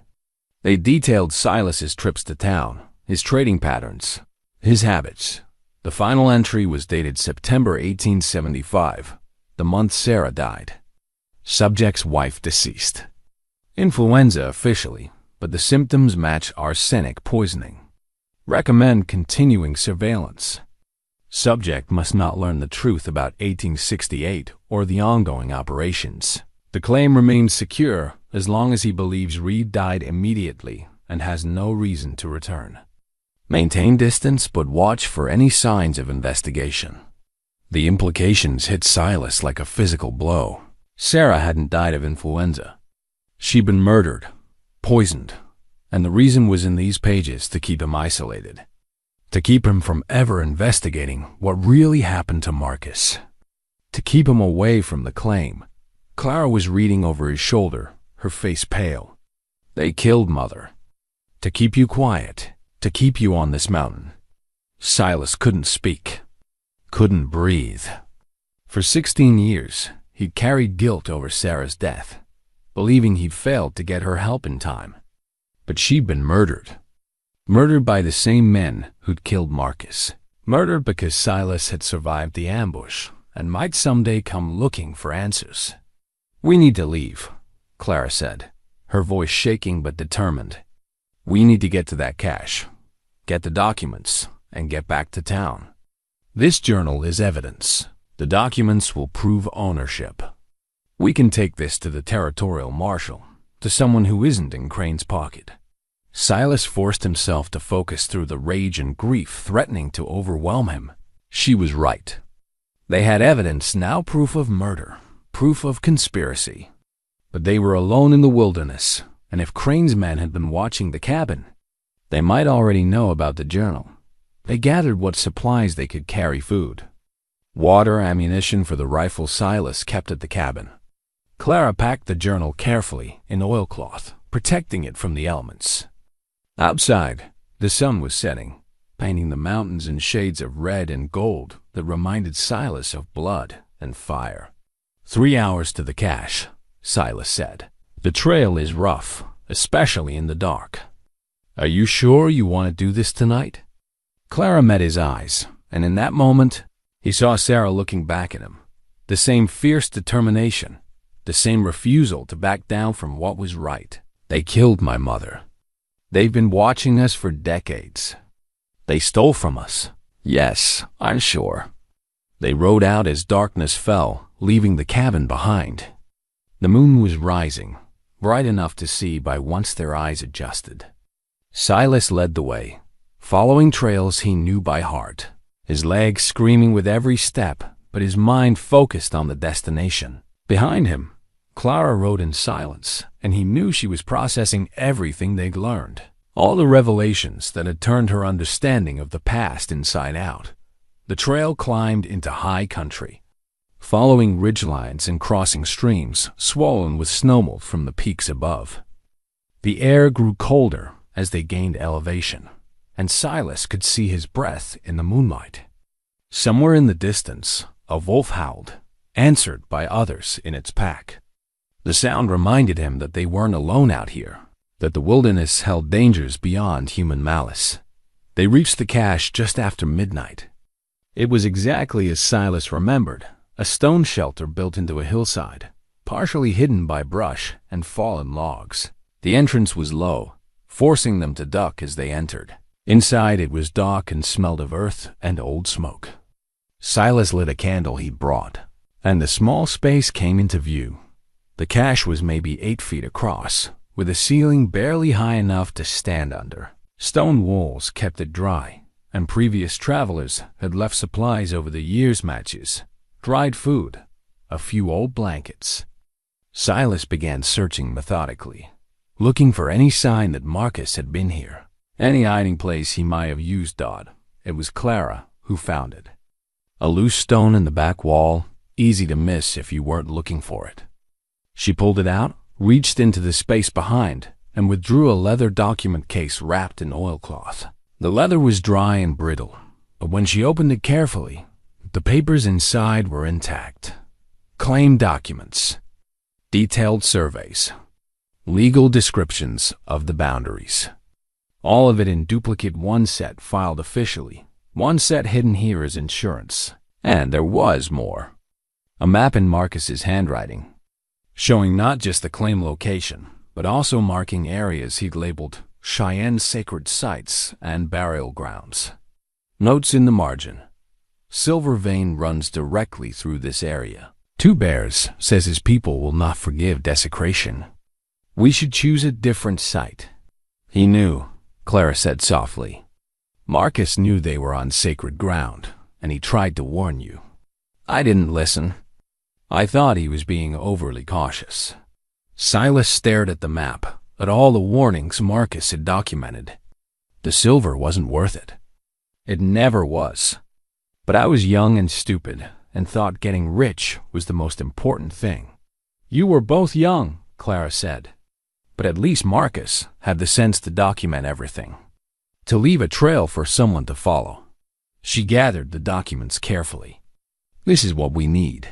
Proof of ownership, proof of the sacred ground issue. The Cheyenne Nation will have something to say about mining on burial sites. That's leverage against Crane. They were preparing to leave when they heard it, the sound of horses outside. Multiple horses, moving carefully, but not carefully enough to hide their approach completely. Silas extinguished the candle immediately, plunging them into darkness. How many?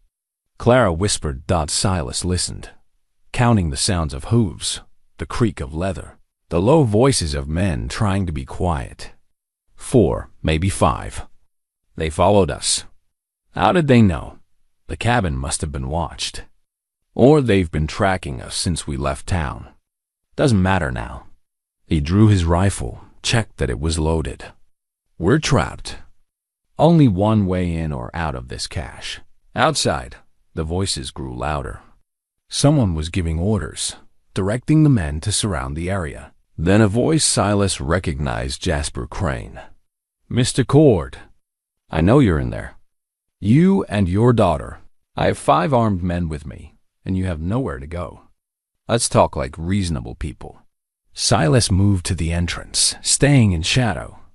We have nothing to talk about, Crane. Oh, I think we do. I think you found something interesting in that cache.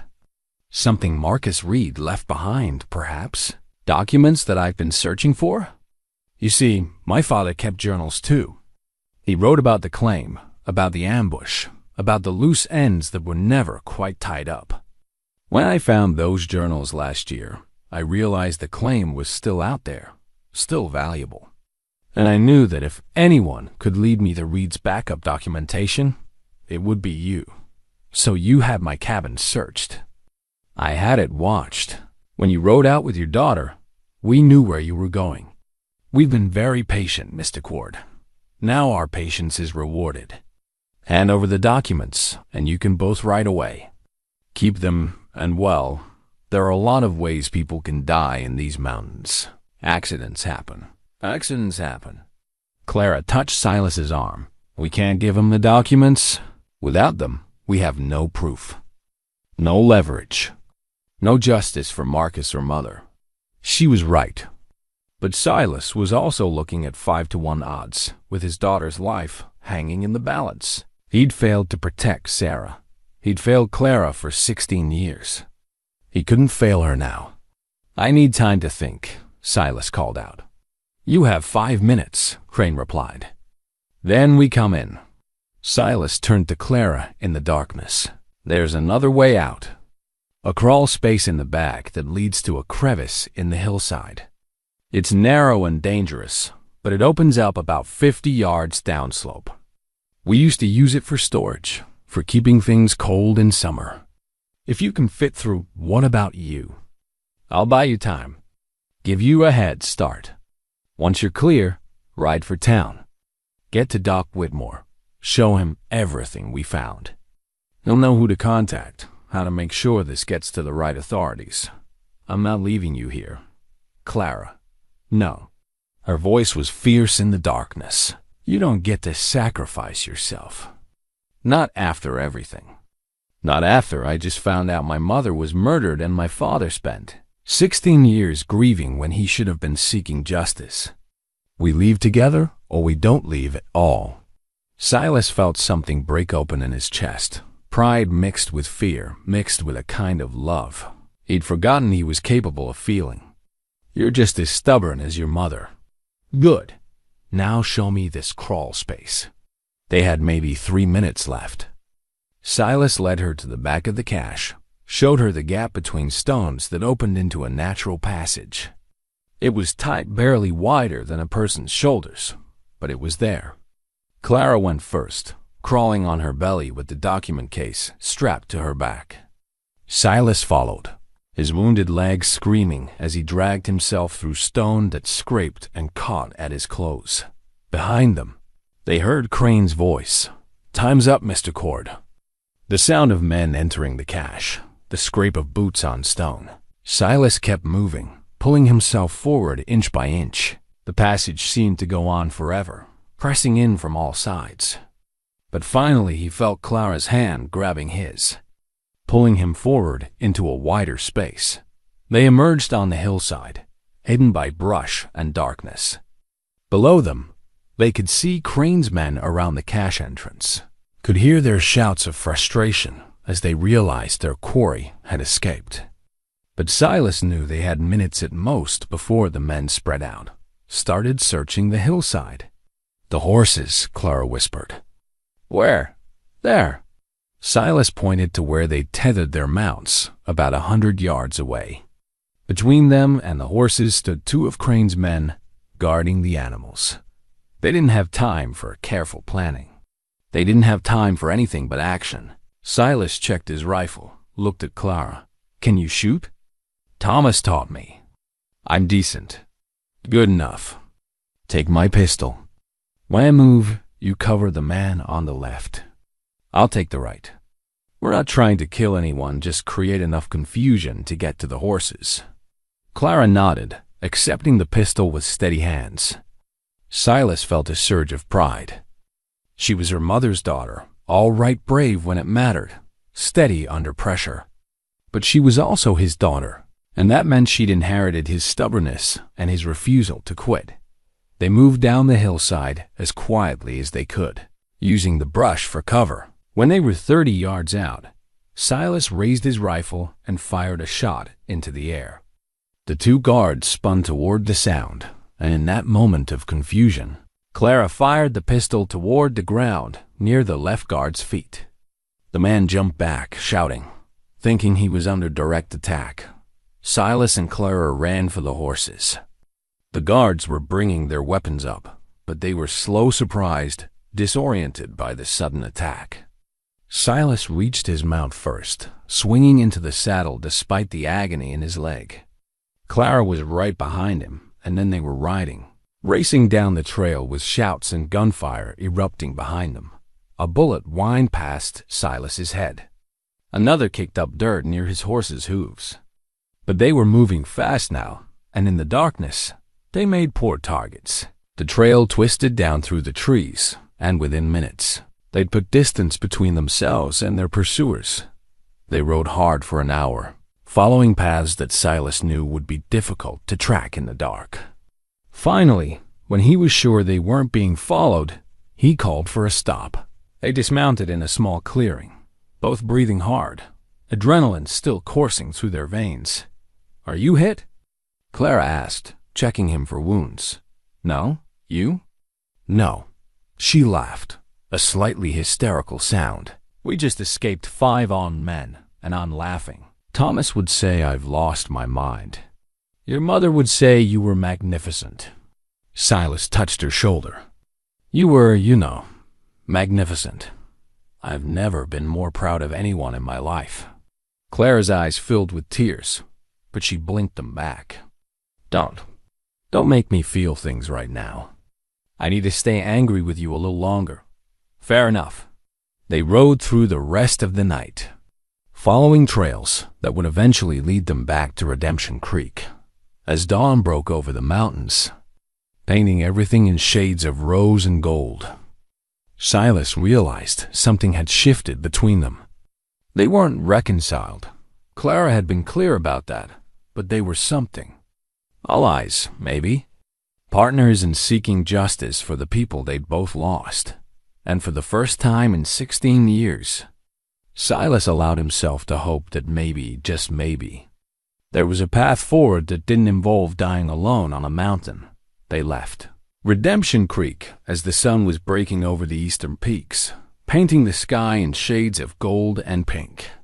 Clara sat her horse like she'd been born to it, straight-backed and confident, leading a pack mule loaded with supplies. Silas followed, his leg protesting every step but manageable. The morning air was crisp with the promise of autumn, and the aspens were at their peak, a riot of yellow against the dark green pines. For the first hour, they rode in silence. Clara set a steady pace, not too fast but not slow enough to suggest accommodation for his injury. She'd meant what she said about not slowing down, and Silas respected her for it.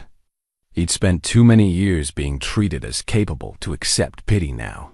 The trail climbed steadily, following a creek that tumbled down from the high country. Silas knew every bend, every landmark, every place where the path split in one direction led to safety, while the other led to box canyons and dead ends. This was his territory, the land he'd walked for 30 years. Coming back to it with Clara felt strange, like two separate parts of his life colliding. Around mid-morning, Clara finally spoke. "Tell me about the claim. The whole story, not just pieces." So Silas told her. He described meeting Marcus Reed, the months of fruitless prospecting, the excitement of finding the silver vein, the way they'd celebrated, convinced their fortunes were made, the careless way they'd marked the site, not thinking about who might be watching. The ambush 3 days later. Marcus went down first, Silas said, his voice rougher than he intended, shot in the chest. I tried to reach him, took the bullet in my leg. Everything after that is confused pain, blood, riding until I couldn't anymore. I assumed he was dead. For 23 years, I carried that assumption. But you're not sure now? Doc Whitmore told me about Josiah Crane's reputation.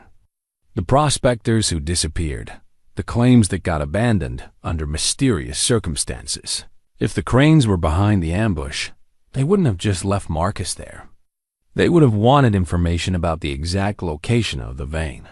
Clara absorbed this, so he might have survived the shooting only to be killed later. It's possible. I don't know. But I've been thinking, if Marcus was alive when they found him, if he talked before he died, why didn't they ever file the claim? Why has it sat untouched all these years? Maybe he didn't tell them. Or maybe he told them something that made them not want it. Marcus was superstitious about some things. He'd talk about spirits and curses, about respecting the land. I never paid much attention, but Silas paused.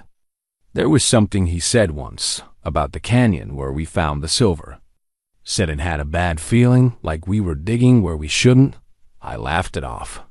They stopped at noon to rest the horses and eat the food Clara had packed. They sat on a fallen log overlooking a valley that spread out below them, vast and green and unmarked by human presence. This was the frontier as it had always been, before towns and mines and men like the Cranes tried to own it.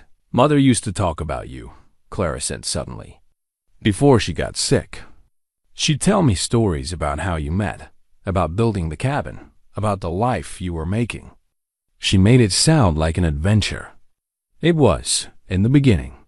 We were young and foolish and convinced we could make a life anywhere as long as we were together. What changed? Silas considered the question. Nothing changed. That was the problem.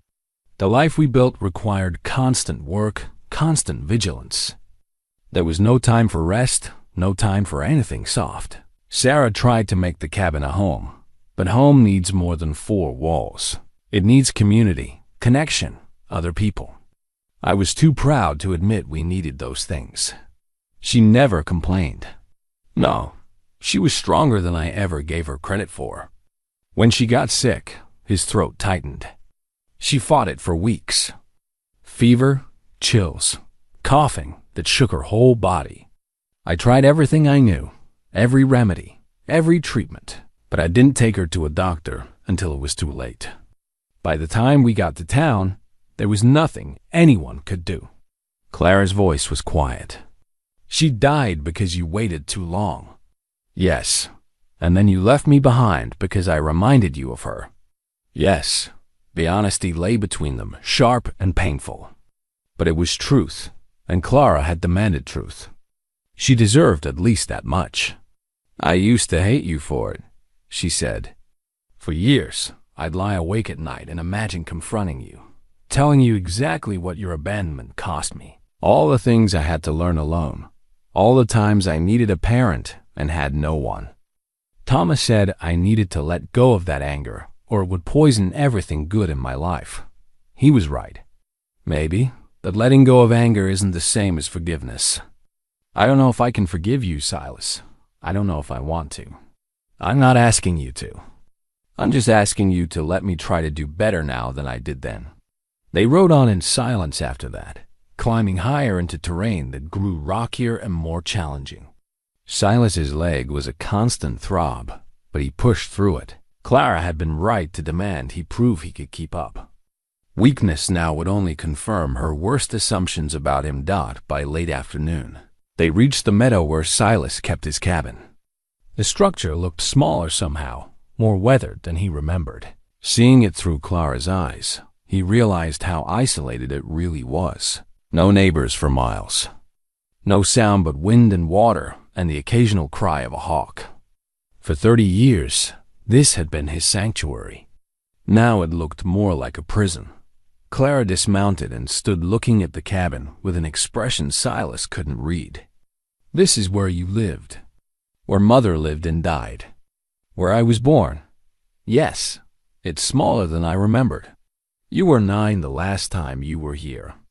Everything seems smaller when you grow up. She walked to the door, pushed it open. Silas followed, watching her take in the single room with its simple furniture, its stone hearth, its narrow bed. This was the place that had defined his life for 3 decades. And seeing it through her eyes made him understand just how much he'd given up and made. Or give up for the sake of solitude. Clara found the floorboard where the rupture had occurred. The dark stain was still visible, blood and fluid soaked into the wood. She knelt down, running her fingers over it. This is where it happened. Where the bullet came out. Yes. 23 years it was inside you, and you never knew. She looked up at him. How is that even possible? The body does what it needs to survive. It walls off threats, protects itself. Sometimes that protection becomes its own kind of prison. She stood, understanding the metaphor he was offering. Show me where the documents are hidden. Silas moved to the beam above the hearth, the one that looked solid and weight-bearing, but had a hollow section running through its length.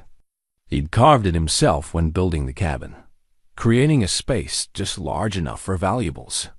He pulled down a chair, climbed up carefully, his legs screaming protest, and reached into the hollow. His fingers found empty space. He reached deeper, searching. Nothing. "What's wrong?" Clara asked. "They're gone." He climbed down, his heart pounding. "The documents. They were here. I put them here 23 years ago, and I've never moved them. But they're gone. Are you sure this is the right spot?" "I'm sure." He checked the other beams, the other hiding places he'd created over the years for different purposes. All empty. Someone had been here. Someone had searched this cabin systematically and found what they were looking for. "Crane," Clara said. "Has to be. But how did he know where to look? How did he even know to search this place?"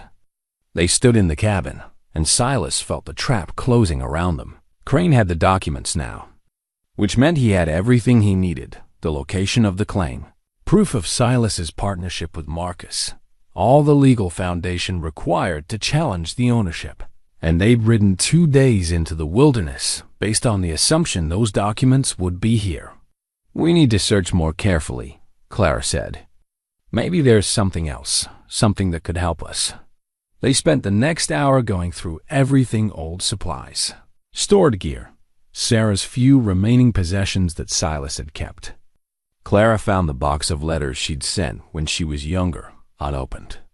She held them for a moment, her face unreadable, then set them aside without comment. It was Clara who found the lockbox. It had been hidden beneath the floorboard where the rupture occurred, concealed by the stain and the warped wood. She pried it up carefully and lifted out a small metal box, rusted at the edges but still intact. "What is this?" she asked. Silas had never seen it before. "I don't know. It wasn't mine." Clara worked at the lock with her knife, and after a few minutes, it popped open. Inside was a leather-bound journal, small enough to fit in a pocket. The leather was stained and worn, but the pages inside were remarkably preserved. Clara opened it to the first page, and they both saw the name written there in careful script: Marcus Reed. "His journal," Silas said, barely breathing. "I never knew he kept one." Clara flipped through the pages. The entries were dated, starting in early 1867, when Marcus and Silas first partnered up. They detailed their prospecting efforts, their failures and near misses, their growing friendship.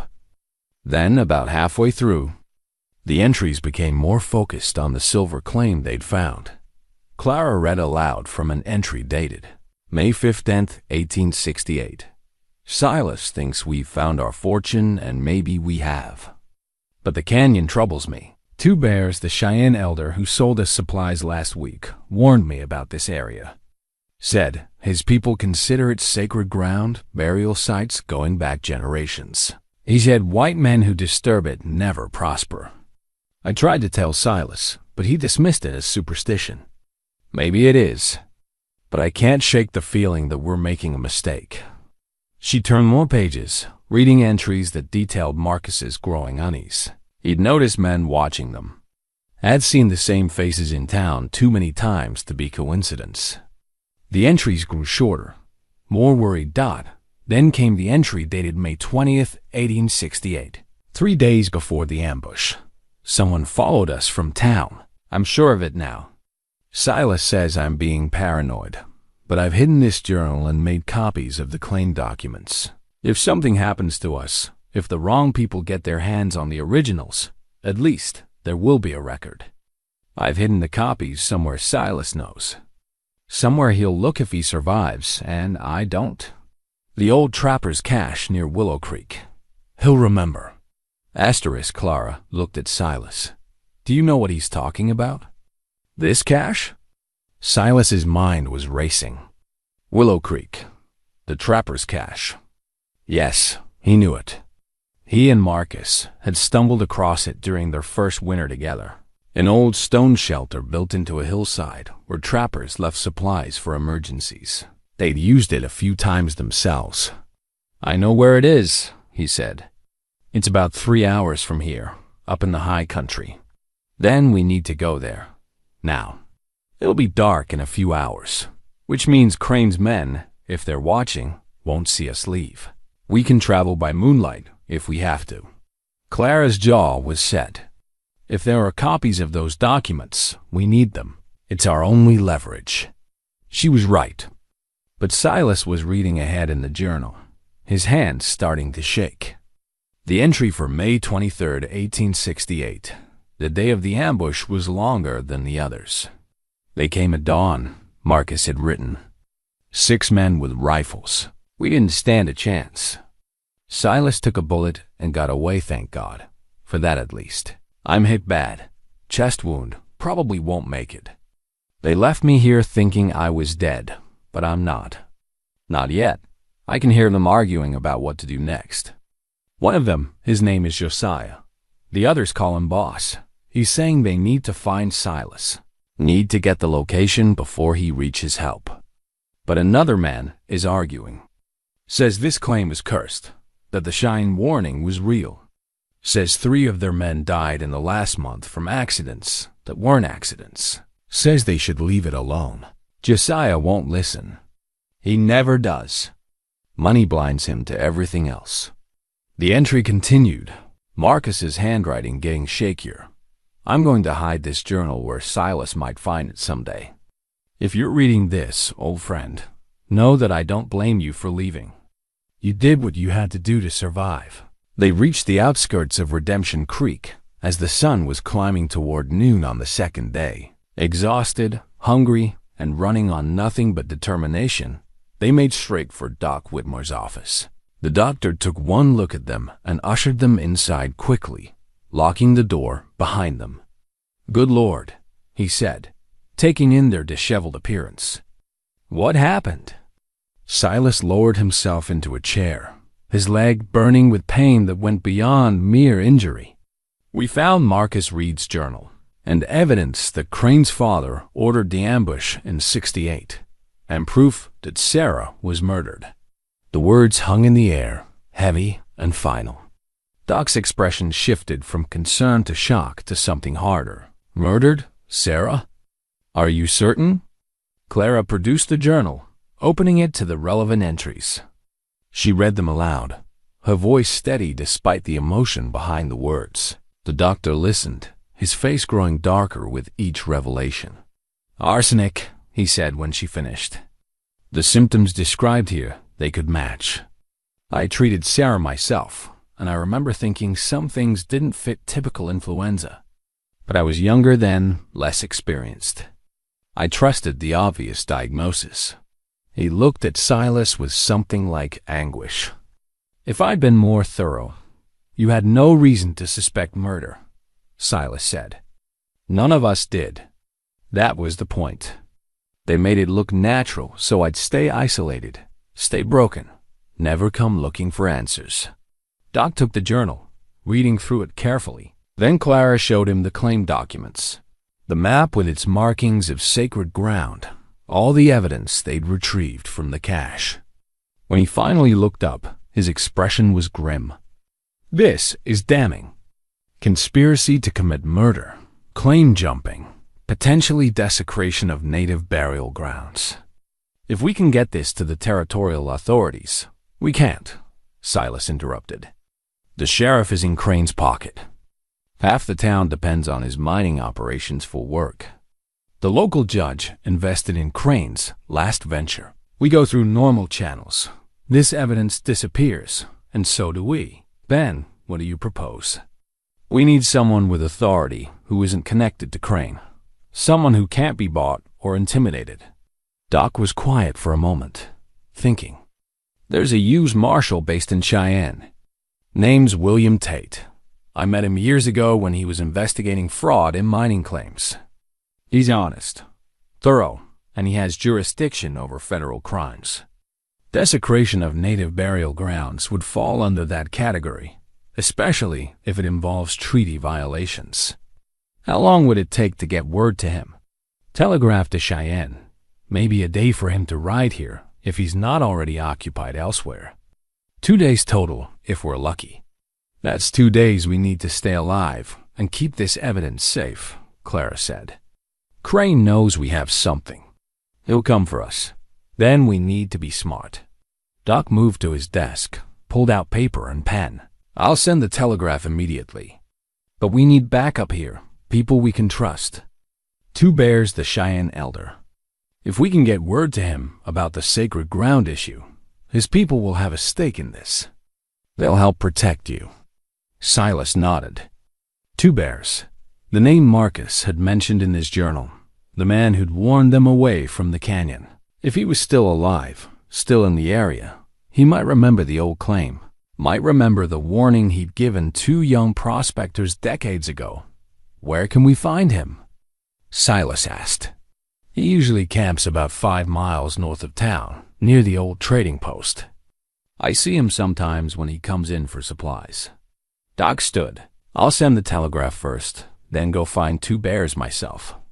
You 2 need to stay here, out of sight. Rest, eat, and for God's sake, let me look at that leg properly. You look like death warmed over. After Doc left, Clara helped Silas to the examination table. When she cut away the bandage, they both winced. The wound had reopened partially during their escape, and the skin around it was angry red again, showing early signs of infection returning. This needs proper care, Clara said. You pushed too hard. Didn't have a choice. There's always a choice. She began cleaning the wound with the supplies Doc kept ready. Her touch was gentler than he expected, careful. You could have given up the documents, saved yourself, and let them win? Let them get away with killing Marcus and Sarah? No. Clara worked in silence for a while, then said, I heard what Marcus wrote about telling me you're a good man. Why didn't you believe it yourself? The question cut deeper than any physical wound. Silas stared at the ceiling, trying to find words for something he'd never fully understood himself. Because good men don't leave their partners to die. Good men don't let their wives get murdered. Good men don't abandon their 9-year-old daughters. Every choice I made was the wrong one, and people died because of it. Marcus didn't die because of your choices. He died because Josiah Crane was greedy and ruthless. Mother didn't die because you failed her. She died because monsters poisoned her to keep you silent. Clara finished bandaging the leg. You're not responsible for other people's evil, but I'm responsible for my own failures. Yes, she agreed, but that doesn't make you a bad man. Just a broken one who made mistakes. She met his eyes. Thomas used to say that the measure of a person isn't whether they fall down. It's whether they get back up and try to do better. You're trying now. That has to count for something. Before Silas could respond, they heard shouting outside. Multiple voices, growing louder. Clara moved to the window, peered out carefully through the curtains. Crane, she said, with at least a dozen men. They're going door to door on the street. Silas stood, ignoring his leg's protest. Looking for us. The back door won't matter. If they're searching every building, they'll find us eventually. Silas checked his rifle, found it still loaded. We make a stand here. This office has good sight lines, solid walls, 1 entrance we can defend. Against a dozen men? Doc will be back soon. Maybe with help. We just need to hold out. They moved quickly, barricading the front door with the heavy desk, positioning themselves where they could watch the street. Through the window, they could see Crane and his men systematically working their way down the block. The townspeople were cooperating, obviously frightened, obviously unwilling to cross a man who controlled so much of their livelihood. There has to be another way, Clara said. We can't just shoot it out in the middle of town. She was right. A gunfight would endanger innocent people, and even if they won, they'd be painted as the aggressors. Crane had positioned himself perfectly, He looked like a concerned citizen trying to recover stolen property, while they looked like thieves hiding from justice. "The roof," Silas said suddenly. "Doc's office connects to the pharmacy next door. I've seen him use the roof access for maintenance. If we can get up there, we might be able to move across rooftops, put some distance between us and Crane's men." They found the ladder in a back closet, exactly where Silas remembered seeing it. The trap door to the roof was stiff from disuse, but they got it open. Silas went up first despite his leg, then reached down to help Clara. The journal and documents were still in the case, strapped to her back. The roof was flat, graveled, with a low parapet around the edges. From here, they could see the whole street Crane's men fanning out, entering buildings, the growing crowd of townspeople watching nervously. And there, at the far end of the street, they could see Doc Whitmore returning. He wasn't alone. With him were 7 Cheyenne men, all moving with the quiet confidence of warriors. And leading them was an elderly man who carried himself with unmistakable authority. 2 bears. Crane saw them too. The dynamic shifted immediately. Whatever power he held over the townspeople, it didn't extend to the Cheyenne Nation. They operated under different laws, answered to different authorities, and they weren't intimidated by money or threats. 2 bears walked directly to Crane. And even from the roof, Silas could see the moment Crane's confidence faltered. The elderly Cheyenne spoke, his voice carrying in the sudden quiet. Silas couldn't hear the words, but he could see Crane's reaction: surprise, then anger, then something that looked like fear. Doc Whitmore gestured toward his office, and 2 bears nodded. They began walking toward the building, Crane and his men following, but now looking uncertain. Silas and Clara climbed back down the ladder, emerging into the office just as Doc opened the front door. Asterisk 2 bears entered first. He was in his 70s, his face deeply lined, his long gray hair bound in traditional style. But his eyes were sharp, missing nothing, and when he looked at Silas, there was recognition.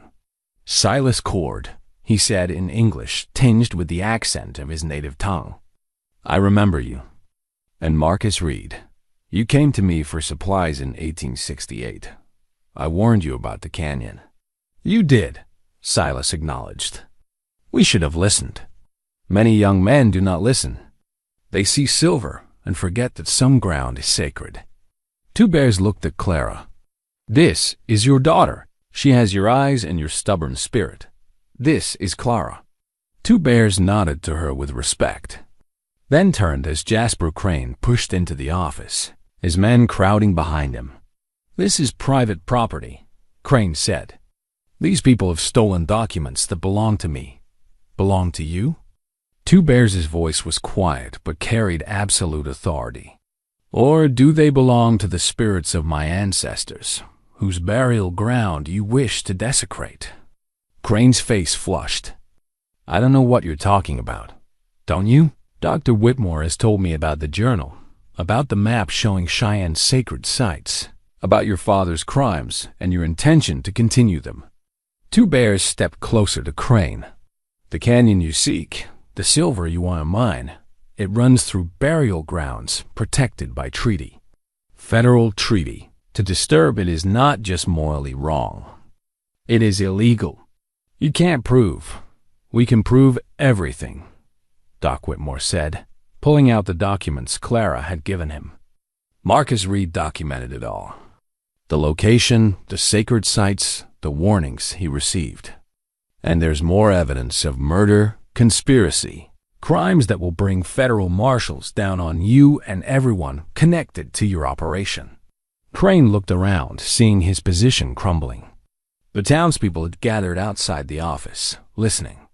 Some looked shocked, others angry. The power he'd held through fear and financial leverage was evaporating as the truth came out. "I want to see these documents," Crane demanded. "You'll see them when Marshal Tate arrives from Cheyenne," Doc said, "along with territorial representatives and Cheyenne Nation leadership. Everything will be examined properly, legally." "This is ridiculous," You're taking the word of a dead man and a hermit who's been hiding in the mountains for 30 years. We're taking the word of evidence. Two bears interrupted.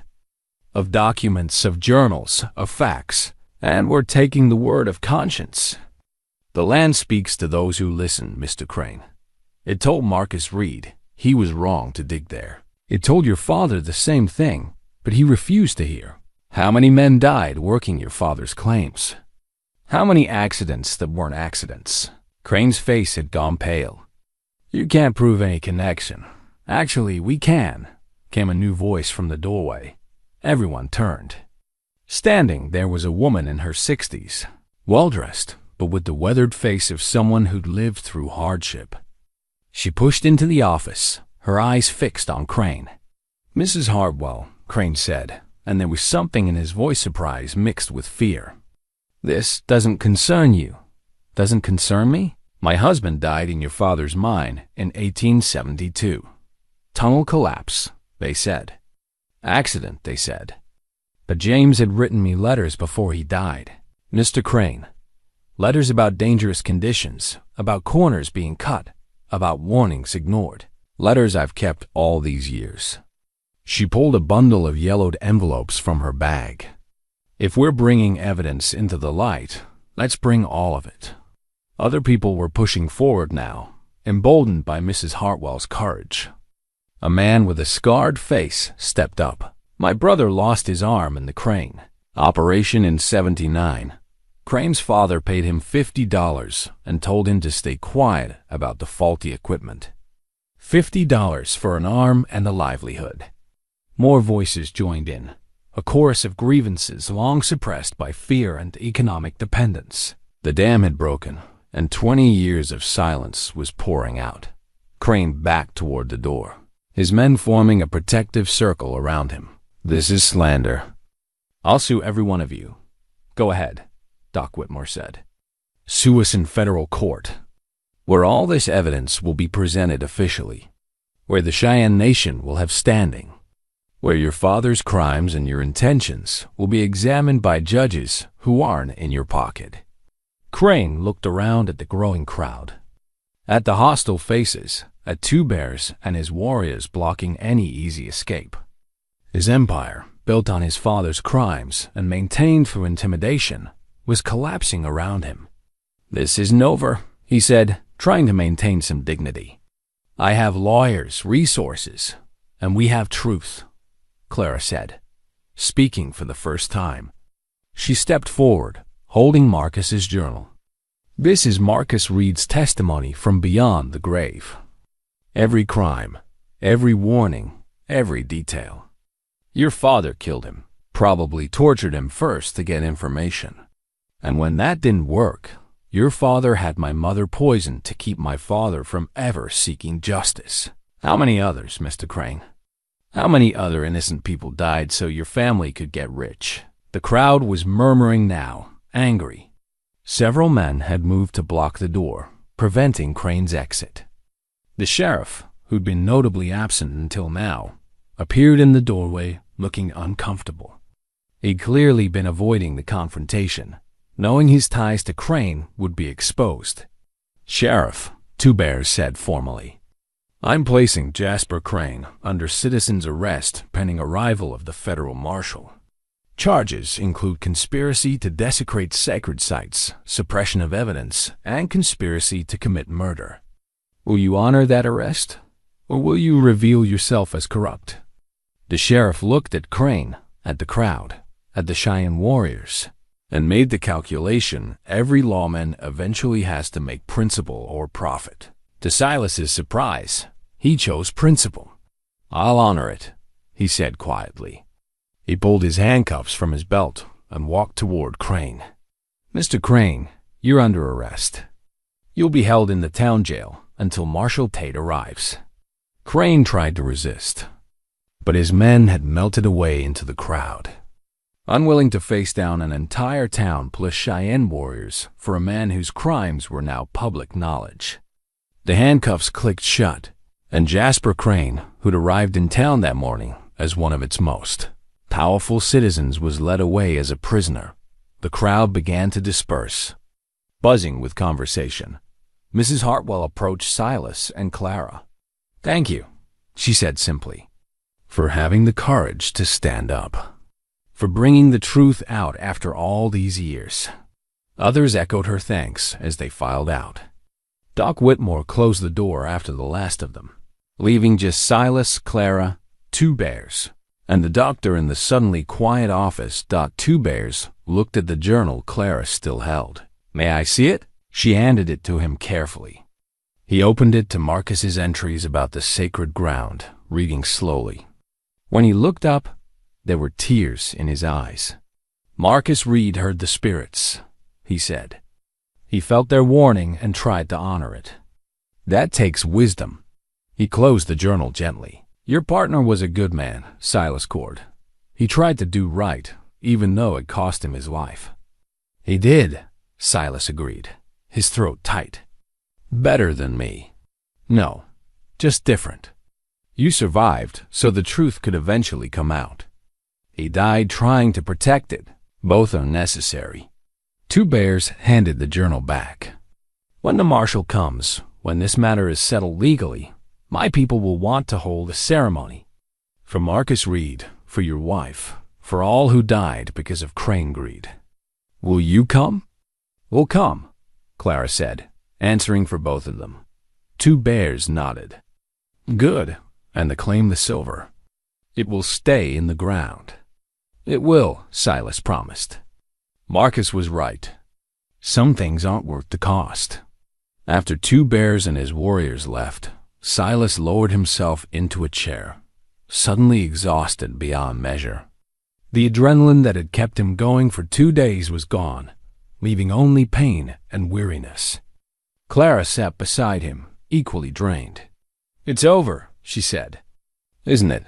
The secret, the running, all of it." "This part is," Silas agreed. "But there's still justice to be done. A trial, formal charges. Making sure everyone connected to the crane crimes faces consequences. But we did it. We brought the truth out." "You did it," Silas corrected. "You pushed me to return to the cabin, to search, to fight instead of running. I would have stayed on that mountain forever, carrying the guilt and never seeking answers. You gave me the courage to face it." Clara looked at him, and for the first time since he'd arrived in Redemption Creek, he saw something softer in her expression. Not forgiveness, exactly, but maybe the beginning of understanding. "Mother would be proud of you," she said. "Of us, of what we did together." "She would be proud of you," Silas said. "You're stronger than either of us ever were. You survived losing both your parents and built something good from that pain. You didn't let it destroy you." They sat together in the quiet office as afternoon light streamed through the windows. Outside, life in Redemption Creek was returning to normal, but everything had changed. Secrets buried for decades had been unearthed. Justice, long delayed, was finally within reach. And a father and daughter, strangers just weeks ago, had become allies in something that mattered. The weight Silas had carried for 23 years, the literal bullet and the metaphorical burden of guilt, was finally truly gone. And in its place was something he hadn't felt in a very long time: hope. Marshal William Tate arrived from Cheyenne 36 hours later, riding into Redemption Creek with 2 deputies and an air of quiet authority that immediately changed the atmosphere in town. He was a man in his 40s, tall and lean, with the kind of face that had seen too much violence but hadn't become hardened by it. Doc Whitmore met him at the edge of town and briefed him on the situation before they even reached the main street. Silas and Clara were waiting at the boarding house when the marshal arrived. He shook hands with both of them, his grip firm but not aggressive, his eyes taking details: Silas's healing leg, the weariness in both their faces. The protective way, Clara positioned herself slightly in front of her father, despite their complicated history. "I understand you've had quite an ordeal," Tate said, settling into a chair in Clara's parlor, "and that you have evidence relating to crimes spanning more than 2 decades. They spent the next 3 hours going through everything. Marcus's journal, the claim documents, the map showing sacred burial grounds, the surveillance notes about Sarah's death, Mrs. Hartwell's letters about unsafe mining conditions, the testimonies of townspeople about suspicious deaths and accidents in crane operations. The marshal listened to it all, occasionally asking questions, taking detailed notes, his expression growing grimmer with each revelation. "This is bigger than I expected," he said finally. "We're not just talking about a mining claim dispute.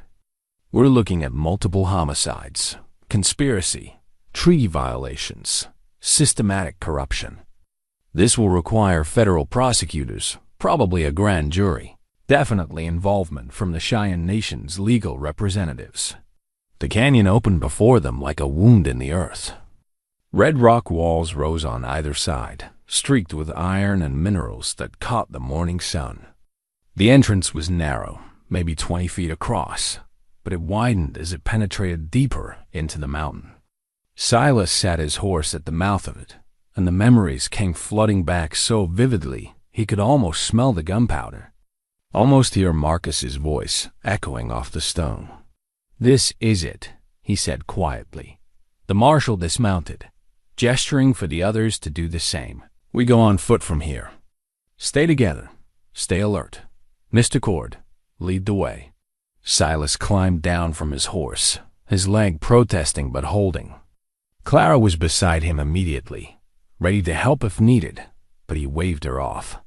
He needed to do this on his own strength, to face what he'd run from 23 years ago. They moved into the canyon, boots crunching on gravel. The walls rose higher as they progressed, cutting off the sky until they were walking in a corridor of stone. About 100 yards in, Silas stopped. "Here," he said. "This is where it happened." The marshal's deputies began taking photographs, documenting the terrain. Running Deer was examining the walls, looking for signs of the silver vein Marcus had described. Two Bears and his warriors had spread out, studying the ground with expressions growing increasingly somber. "There," Two Bears said, pointing to a section of ground near the western wall. "Do you see?" Silas moved closer. At first, he saw nothing unusual, just rocks and dirt like everywhere else. But as Two Bears brushed away loose gravel, shapes emerged. Stones arranged in patterns, worn smooth by time, but unmistakable in their intentional placement. Burial markers. "How many?" the marshal asked. "Hard to say without excavating, which we will not do," Two Bears replied. "But based on the markers, we can see at least 20, possibly more." This was a significant burial site. He moved further into the canyon, and the warriors followed, finding more markers. More evidence of the sacred ground Marcus had written about. Running Deer was taking notes, sketching the layout, documenting every detail. "This is definitive. The treaty protections are clear. Any mining operation disturbing burial grounds is federal offense." And the vein, he pointed to where the rock face showed a clear seam of silver ore. "It runs directly through this area. There's no way to extract it without disturbing the graves." Doc Whitmore had found something else. He called out from about 30 yards in, near a small alcove in the canyon wall. "Marshal, you need to see this." They gathered around him. In the alcove, protected from weather by an overhang of rock, were signs of human presence. Spent cartridge casings, tarnished but still identifiable. A broken rifle stock. And there, scratched into the stone with something sharp, were initials, Mar and a date, May 23rd, 1868. Marcus. Clara breathed. "He was here." After the shooting, Silas knelt, running his fingers over the carved letters. Marcus had been alive long enough to leave this message, this proof of his presence. The journal had told them he survived the initial shooting, but seeing physical evidence made it real in a way words never could. "Look at this," one of the deputies said. He'd been searching the alcove more thoroughly and had found something tucked into a crevice. A leather pouch, cracked with age. Inside were papers, Marcus's original claim documents, the ones Crane had been searching for. He hid them, Silas said, understanding dawning. After he was shot, knowing he was dying, he hid the originals where he hoped I might find them someday. The copies in the cache were his backup plan. The marshal took the documents carefully, examining them. These are signed and dated. They establish legal claim prior to any Crane filing. Combined with the treaty violations, this makes the case airtight. They continued deeper into the canyon, documenting everything. The deputies found evidence of more recent disturbance test holes that had been dug and then abandoned, probably by Josiah Crane's men years ago. 2 bears identified them as barely missing burial sites by mere feet, suggesting whoever had dug them had some awareness of the sacred ground and was trying to work around it. They knew, Running Deer said grimly. They knew about the burials and tried to extract the silver anyway. This isn't ignorance. This is deliberate desecration avoided only by luck. As the sun climbed toward noon, they took a break, sitting in the shade of the canyon wall. Silas found himself at the spot where he'd last seen Marcus alive. He could picture it so clearly, his partner on the ground, blood spreading across his chest, reaching up with one hand. Silas had been 20 feet away, already on his horse, already turning to flee. Their eyes had met for just an instant, and in that instant, Silas had seen understanding, not accusation. Marcus had known what Silas had to do. He forgave you, Clara said, sitting beside him. She'd been watching his face, reading his thoughts. Right there, in that moment, he forgave you for surviving. How can you know that? Because I read his journal. He called you a good man. He told you to let go of the weight you carry. Those aren't the words of someone who blamed you. She took his hand. And I think I can forgive you too. Not for leaving Marcus, because that wasn't a choice, but for leaving me. For all those years. It doesn't mean I forget. It doesn't mean it didn't hurt. But I can forgive. Silas felt something break inside him, something that had been frozen for 16 years. Tears came, and he didn't try to stop them. Clara held his hand while he wept for Marcus, for Sarah, for all the lost years with his daughter, for the weight of carrying guilt that had never really been his to bear. When he finally had control again, 2 bears approached them. The elder's face was grave. "We found something else," he said. "You should see it."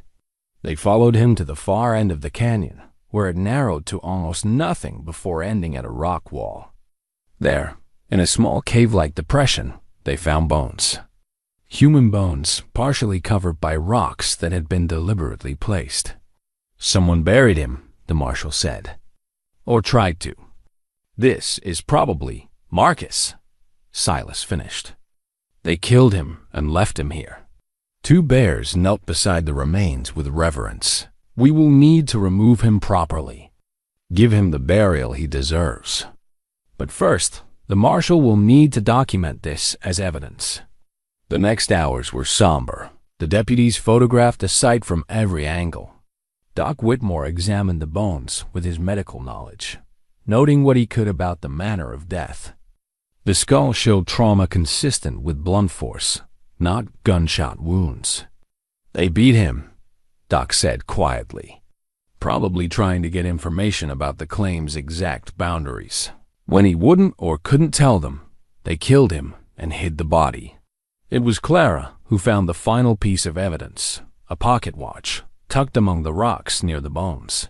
Silver, tarnished black, but when she carefully opened it, the hands were still visible, frozen at 3:47. She turned it over, and there on the back was an engraving, to Marcus. "For faithful service, J.C. 1867. J.C., the marshal said. "Josiah Crane. He gave Marcus this watch, probably when Marcus worked for him before going independent. And it was on Marcus's body when he died." "Time of death," Running Deer observed. 3:47. If we can establish when sunset was on May 23, 1868, We can estimate how long after the ambush Marcus survived. Long enough to carve his initials, hide the documents, and write that final journal entry. Hours then, Silas said. He suffered for hours before they came back and finished it. The group was silent, absorbing the horror of it. Finally, the marshal spoke. We have everything we need. Multiple murder victims, documentation of the crimes, treaty violations, sacred ground desecration, and physical evidence placing Josiah Crane at the scene through this watch. His son's continued pursuit of the claim shows conspiracy to benefit from these crimes. What happens now? Clara asked.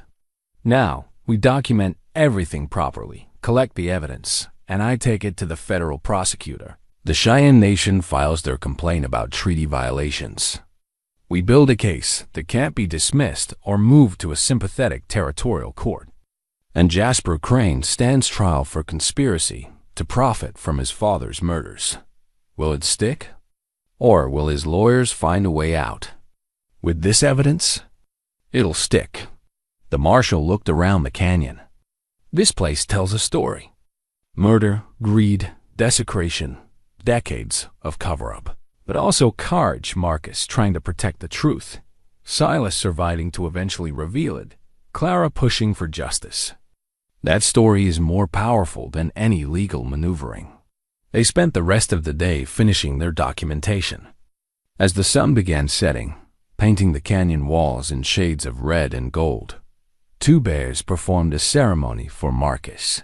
The warriors sang burial songs, honoring a white man who tried to do right by their sacred ground. They covered the bones with stones properly this time, marking the site so they could return later with tribal elders to conduct full rituals. Silas stood beside Clara during the ceremony, and he felt something he'd never expected: closure. Not forgiveness for himself, not absolution for his failures, but acceptance. Marcus was finally at peace. The truth was finally known, and standing here with his daughter, united in purpose. Silas realized that maybe peace was possible for the living two Dodd as they prepared to leave the canyon. Clara picked up a small stone from near Marcus's grave. For Mother, she said. So she's part of this too. Part of the justice. They made camp that night at the canyon's mouth, no one wanting to travel in darkness after the emotional weight of the day. Around the fire, the marshal laid out what would happen next. We ride back tomorrow. I'll send the evidence to federal prosecutors immediately. The Cheyenne Nation will file formal complaints. Within a week, we'll have indictments. Within a month, probably a trial date. And Crane's lawyers? Doc asked. They'll fight. But they're fighting physical evidence, testimony from credible witnesses, and federal treaty law. The best they can hope for is a plea deal. Life in prison instead of hanging. Silas stirred the fire. He killed Sarah, had her poisoned to keep me isolated and silent. What's appropriate justice for that? There might not be justice that feels sufficient, the marshal said honestly. The law has limits, but we can make sure he never hurts anyone else. We can expose the truth so victims' families know what really happened. And we can protect this sacred ground so Marcus's death and Sarah's death weren't meaningless. It wasn't perfect justice, but it was real justice, and after 23 years, that was enough. They reached Redemption Creek late the following afternoon. Dusty and trail-worn, but carrying evidence that would change everything. Word had spread somehow. People lined the main street watching as the expedition rode in. The marshal went directly to the jail where Crane was being held, while Silas and Clara returned to the boarding house. The atmosphere in town had shifted. Where before there had been fear and uncertainty, now there was something else, anticipation mixed with dread. People knew that whatever evidence had been found in the canyon, it was significant enough to end the Crane family's hold on the territory. That evening, the marshal held a town meeting. The church was packed, standing room only, as he laid out what they discovered. He spoke plainly, showing photographs, reading from Marcus's journal, describing the burial grounds and the physical evidence. when he displayed the pocket watch with Josiah Crane's initials. A murmur ran through the crowd. The federal prosecutor will seek indictments for multiple counts of conspiracy to commit murder, desecration of protected sites, and fraud, the marshal concluded. Additionally, the Cheyenne Nation is filing civil actions to permanently protect the canyon and surrounding areas. Any mining operations there, current or future, will be illegal. What about jobs? Someone called out. Crane Mining employs half this town. Crane Mining will be dissolved, assets seized, and sold at auction. The new owners, whoever they are, will still need miners. The difference is they'll have to operate legally, safely, with respect for both workers and sacred ground. And if no one buys the operations, then the workers will find other employment, same as they would if any business failed. But gentlemen, this isn't about economics. This is about murder. About men who died because Josiah Crane wanted silver more than he valued human life. About a cover-up that lasted decades. The marshal's voice was hard. Would you really argue that jobs are more important than justice for the dead? The crowd shifted uncomfortably, but no one spoke up to argue further. The evidence was too damning, the crimes too clear. After the meeting, Mrs. Hartwell approached Silas and Clara. I wanted you to know I'm not withdrawing my testimony. Whatever threats they make, whatever it costs me, I'm standing firm. James deserves that much. Others came forward with similar commitments. The tide had turned.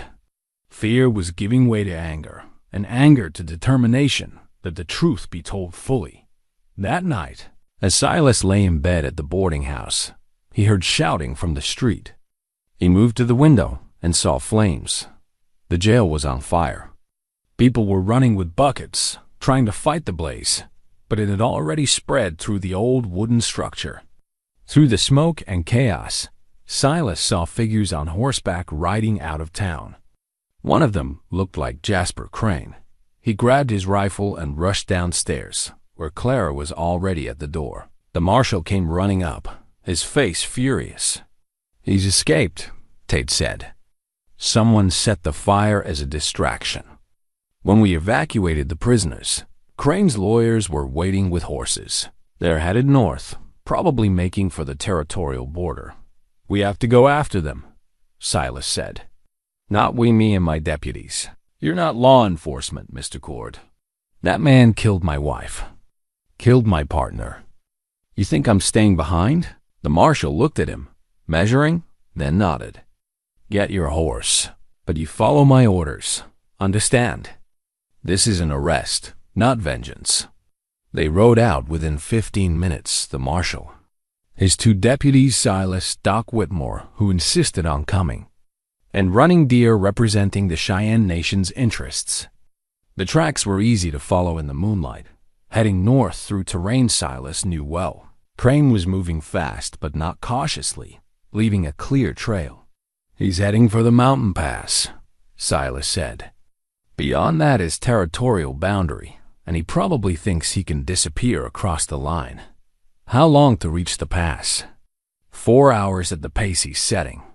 But there's a shortcut, rougher terrain, but it cuts an hour off the time. We could get ahead of him, cut him off. The marshal made the decision quickly. Show us. They left the main trail and followed paths that were barely more than game trails, climbing into higher country. Silas's leg was screaming, but he pushed through it. This was the end, one way or another. Either they stopped Crane tonight, or he vanished into the wilderness, and justice would be delayed again, maybe forever.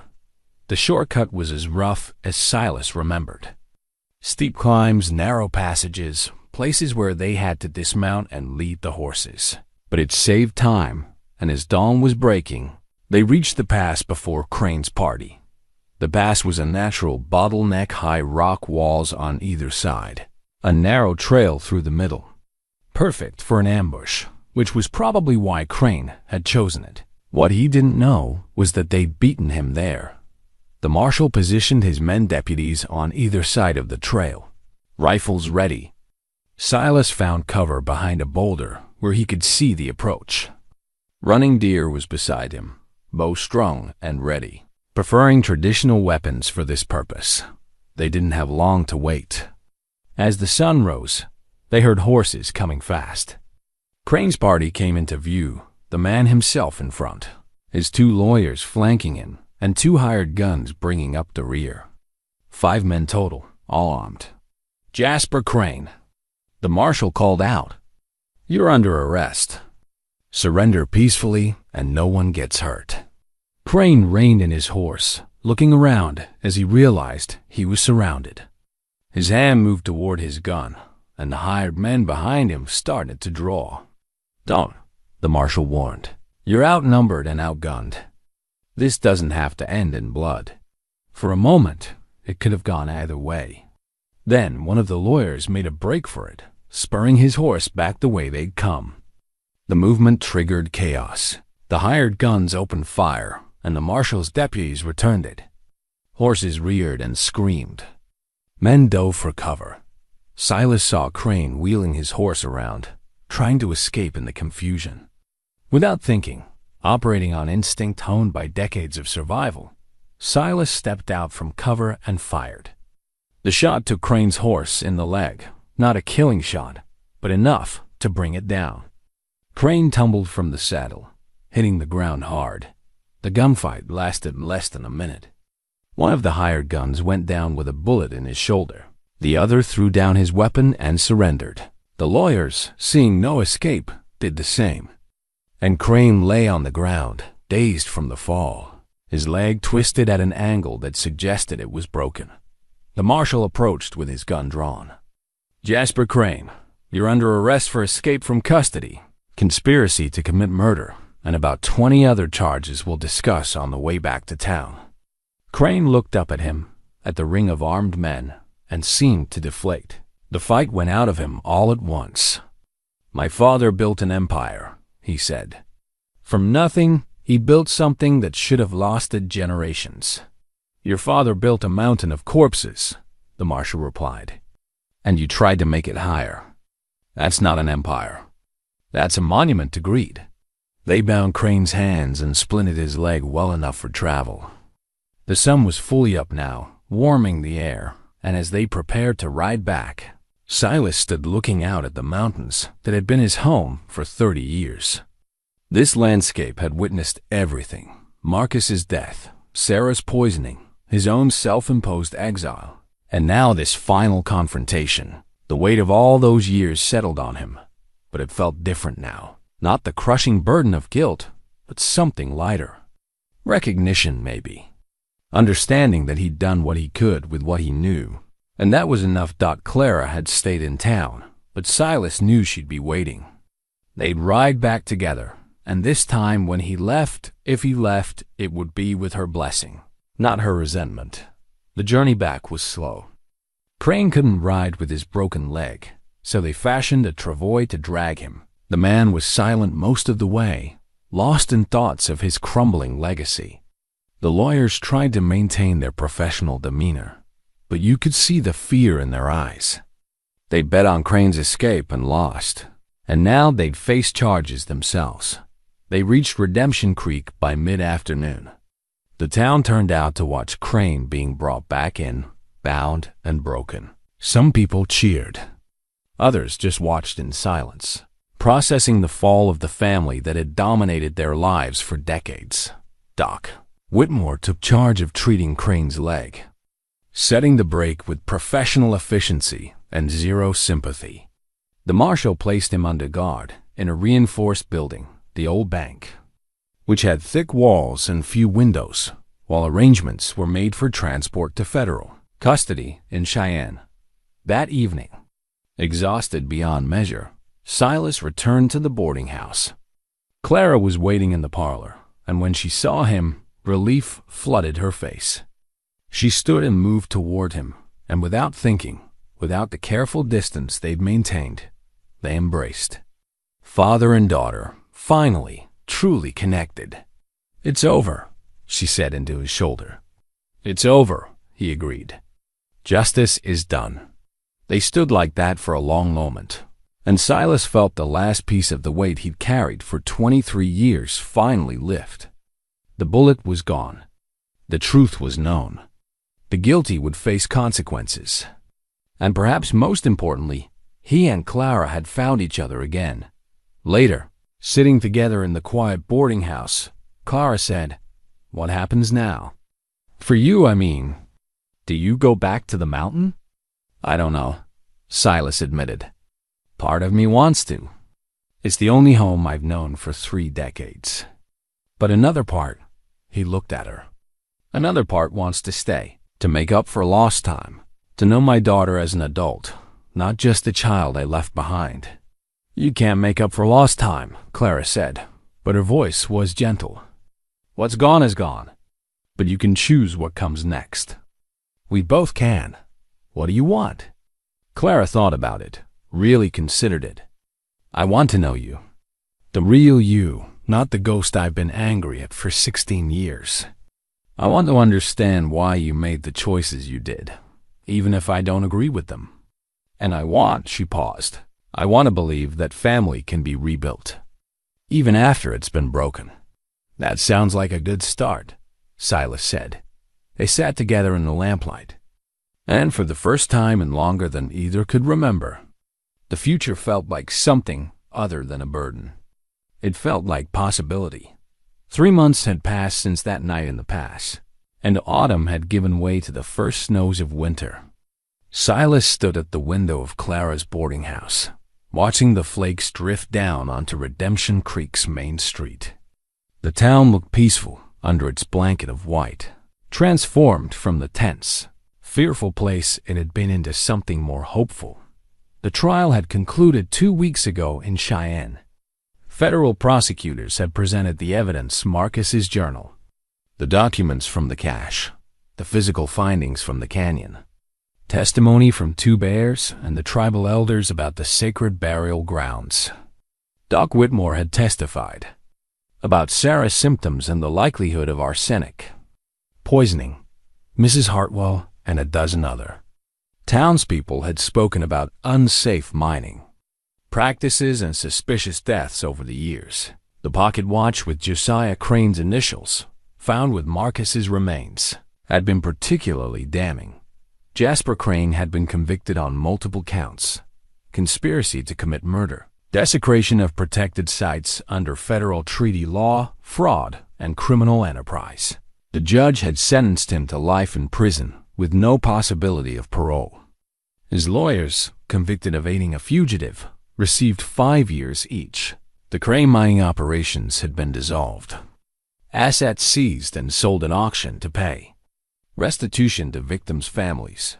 The new mining company that bought the salvageable claims was run by a consortium that included several former Crane employees who testified about the unsafe conditions. They'd implemented new safety standards, fair wages, and most importantly, a strict policy against any operations near Cheyenne's sacred sites. 2 Bears served as a paid consultant, ensuring that tribal concerns were respected. Marshall Tate had returned to Cheyenne, his work done. But before leaving, he'd shaken Silas's hand and said, "You did a brave thing. Not just facing Crane, but facing your own past. That takes more courage than most men ever find." Doc Whitmore had been proven right about his suspicions regarding Sarah's death. The journal entry describing her symptoms had been enough for medical experts to conclude that arsenic poisoning was the likely cause, though Josiah Crane was long dead and couldn't face justice for her murder. The truth being known had given both Silas and Clara a measure of peace. The most meaningful moment had come a month ago, when 2 Bears and the Cheyenne elders had held a ceremony at the canyon. They'd properly interred Marcus's remains according to their traditions, honoring him as a man who tried to protect sacred ground even at the cost of his own life. Silas and Clara had been invited to attend, and standing there with the tribal community, participating in songs and rituals that predated the territory itself. Silas had felt a connection to something larger than his own grief. 2 Bears had presented him with a ceremonial pipe afterward. "For your friend Marcus," the elder had said. "And for you, who carried his truth in your body until it could be spoken." The spirits recognize sacrifice, even when it comes in unexpected forms. Now, watching the snowfall, Silas reflected on how much had changed. His leg had fully healed. The wound that had taken 23 years to manifest was finally closed. The infection conquered. Doc Whitmore said he'd probably always have some stiffness, some reminder of the bullet that had lived inside him. But he could walk, ride, and live without constant pain. The physical healing mirrored something deeper. Clara came up beside him, 2 mugs of coffee in her hands. She'd taken to making coffee the way Sarah used to, strong and black, with just a hint of cinnamon. It was a small thing, but it connected past and present in a way that felt healing rather than painful. "Thinking about the mountain?" she asked. "Always," he admitted. "It's part of me. But so is this." He gestured to the town, to the boarding house, to her. "I spent 30 years believing I needed to be alone to be strong. Turns out I was just scared of letting anyone close enough to hurt me again. And now? Now I'm still scared, but I'd rather be scared and connected than safe and alone." Clara smiled. "That's progress." They'd settled into a rhythm over the past months. Silas had taken a room at the boarding house, helping Clara with maintenance and repairs in exchange for lodging. He'd discovered he had a skill for woodworking, and several townspeople had commissioned furniture from him: chairs, tables, cabinets built with the same precision he'd once used to build his mountain cabin. The work was satisfying in a way he hadn't expected, creating things that would be part of other people's lives rather than monuments to isolation. He and Clara ate dinner together most evenings, slowly building the relationship they'd never had. They talked about Sarah, sharing memories that kept her alive between them. Clara told stories about growing up with Aunt Margaret, about meeting Thomas, about the struggles of building her business. Silas shared tales from his years as a scout, the beauty of the high country, the lessons the mountain had taught him about patience and resilience. They didn't pretend the 16 years of separation hadn't happened, but they were learning that acknowledging pain was different from being defined by it. Healing wasn't about erasing the past. It was about integrating it into a fuller understanding of who they were and who they could become. The door opened, and Doc Whitmore entered, stamping snow from his boots. He'd become a regular fixture at the boarding house, usually appearing in time for Clara's evening meals. His friendship with Silas had deepened through shared experience, and there was talk of him writing up their case for medical journals, studying how the human body could survive and adapt to foreign objects over decades. "Cold enough for you?" Doc said, accepting the coffee Clara poured for him. "Roads will be impassable soon. Anyone heading to the high country better go now or wait for spring." Silas had been thinking about that. Winter in the mountains was harsh but beautiful, a season of silence and reflection he'd always treasured. Part of him wanted to return, to spend one more winter in the cabin he'd built with his own hands. But another part recognized that maybe that chapter of his life was complete. "I've been meaning to ask," Doc said, settling into a chair.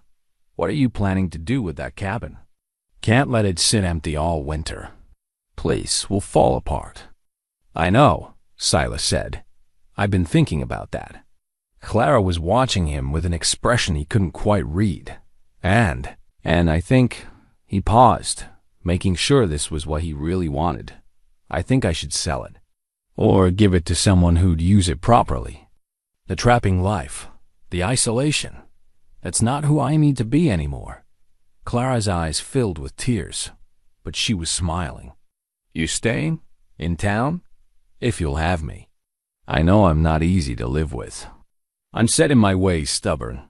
"All true," Clara agreed. "But you're also my father, and I'd like the chance to know you better." They embraced, and Silas felt another piece of the old weight fall away. This was what healing looked like. Not dramatic transformation, but small choices made daily to connect rather than isolate, to trust rather than fear, to build rather than hide. Over the next few weeks, as winter deepened, Silas and Clara made plans. He would officially transfer ownership of the cabin to a young couple who wanted to homestead in the high country. People who'd appreciate the solitude but wouldn't be running from anything. Clara was expanding the boarding house, adding rooms on the second floor, and Silas would help with the construction. He'd also agreed to teach survival skills to young men in town, passing on knowledge gained from 3 decades on the frontier. Running Deer had visited twice, bringing updates on the protected status of the canyon and surrounding territory. The Cheyenne Nation had successfully petitioned for federal recognition of the entire area as sacred land, ensuring that Marcus's death and the battle they'd fought would have lasting meaning. A memorial would be erected in the spring, honoring both Marcus Reed and Sarah Cord as victims of greed who'd ultimately help protect something precious. On a clear day in late December, Silas and Clara rode up to the mountain one last time. They wanted to see the cabin before winter made it inaccessible, to properly say goodbye to that chapter of life. The young couple who'd be taking over in spring had asked if there was anything Silas wanted to keep, and he'd made a short list: Sarah's few remaining possessions, some tools he'd made himself, the letters Clara had sent that he'd never opened. The cabin looked smaller than ever, almost swallowed by snow and forest. They dismounted and went inside, and Silas was struck by how empty it felt. Not physically empty, his belongings were still there, exactly as he'd left them, but emotionally, spiritually empty. The life force that had sustained him here for 30 years was gone, moved elsewhere. Clara found the box of her letters in the corner, protected from moisture by oilcloth. She opened one, read it silently, then looked at him. I was 12 when I wrote this. Telling you about school, about friends, about missing mother. Why didn't you read them? Because I was a coward, Silas said simply. Every letter was a reminder of what I'd given up, of the choice I'd made to be alone rather than risk loving and losing again. I told myself I was protecting you from my grief, but really I was just protecting myself. At least you can admit it now. They spent an hour going through things, deciding what to keep and what to leave for the new owners. Silas took Sarah's locket, which Clara had given back to him, saying it should stay in the family. He took his hunting knife, the one with the carved handle, because it was the first thing he'd made on this mountain and represented the skills that had kept him alive. And he took the letters, all of them, promising Clara he'd read every one. Before they left, Silas stood in the doorway, looking back at the single room that had been his entire world. Thank you, he said quietly. Thank you? Clara asked. For what? For being my prison when I needed one. For keeping me safe while I learned how to live with loss. For being here when I was ready to face what I'd been running from. He closed the door gently. But I don't need you anymore. They rode down the mountain as the sun was setting, painting the snow in shades of gold and pink. Behind them, the cabin stood silent and waiting for new stories.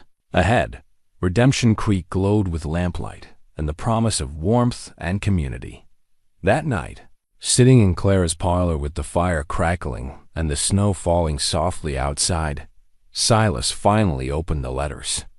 He read them chronologically, watching his daughter grow up through her words. 12-year-old Clara describing her school lessons, 14-year-old Clara asking advice about a boy she liked, 16-year-old Clara announcing she'd stopped writing because clearly he didn't care. Each letter was a stab to the heart, but also a gift. They showed him the person she'd become without him, strong and capable and resilient. They showed him what he'd missed, but also that she'd survived his absence. When he finished the last letter, Clara was watching him. Well, I'm sorry, he said, for all of it. For not being brave enough to read these when they came. For not being the father you deserved. I know. She paused. But you're here now. That has to count for something. "It does," Doc Whitmore said. He'd arrived while Silas was reading, had been sitting quietly in the corner. Redemption isn't about the past. It's about what you do with the present. Over the following months, as winter slowly gave way to spring, Silas built a new life. He attended the memorial service when it was erected at the canyon, a simple stone marker naming Marcus Reed and Sarah Cord, with an inscription in both English and Cheyenne honoring their role in protecting sacred ground.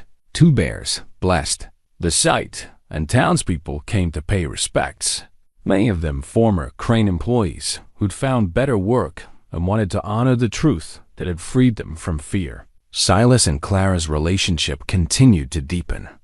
They had disagreements. She was as stubborn as he was, after all, but they worked through them with honesty rather than silence. He taught her to track and hunt, skills she'd never learned growing up. She taught him to read beyond basic literacy, opening worlds of knowledge he'd never explored. They were creating something new, not replacing what was lost but building beside it. On a warm day in May, almost a year after the bullet had ruptured and changed everything, Silas sat on the porch of the boarding house watching life happen on Redemption Creek's main street. Children played, merchants conducted business, people greeted each other with the ease of community. He was part of this now, woven into the fabric of town life in ways he'd never imagined possible. Clara joined him, settling into the chair beside his. "Penny for your thoughts." "I was thinking about that bullet," he said. "How it sat inside me for 23 years, causing pain but also in a strange way keeping me alive. If it had killed me in 1868, none of this would have happened. Marcus's truth would have died with us. The Cranes would have gotten away with everything." "So you're saying it was meant to be?" "No. I'm saying that sometimes the things we think are destroying us are actually preparing us for what comes next. The bullet forced me down from the mountain. The wound forced me to your door. The pain forced me to face what I'd been running from. None of it was pleasant, but all of it was necessary." Clara took his hand. "Mother would be proud of you, of us, of what we've built from all that pain." "She would," Silas agreed. And for the first time in 16 years, thinking about Sarah didn't bring crushing guilt. It brought gratitude for the time they'd had, acceptance of the loss, and recognition that honoring her memory meant living fully, not hiding away. As the sun set over Redemption Creek, painting the sky in brilliant colors, Silas Cord, mountain man, survivor, father, sat with his daughter and felt something he'd forgotten was possible: contentment. The weight he'd carried for so long was finally completely gone. Not because the past had changed, but because he'd learned to carry it differently, shared among people who cared, integrated into a life that had room for both joy and sorrow. The bullet was gone. The truth was known. Justice had been served. And most importantly, a father and daughter who'd been separated by grief and pride had found their way back to each other. The story that had begun with an ambush in a canyon decades ago had ended not with vengeance or violence, but with healing and hope. Silas looked at Clara, at the town that had become his home, at the mountains that would always be part of him, and understood finally what Marcus had tried to tell him in that last journal entry. The weight you carry will kill you if you don't learn to set it down. He'd carried a bullet for 23 years and guilt for even longer. But he'd finally learned to set both down, to let others help bear the burden. To accept that strength wasn't about suffering alone, and in that acceptance, in that simple act of letting go, Silas Cord found something more valuable than any silver vein. He found peace.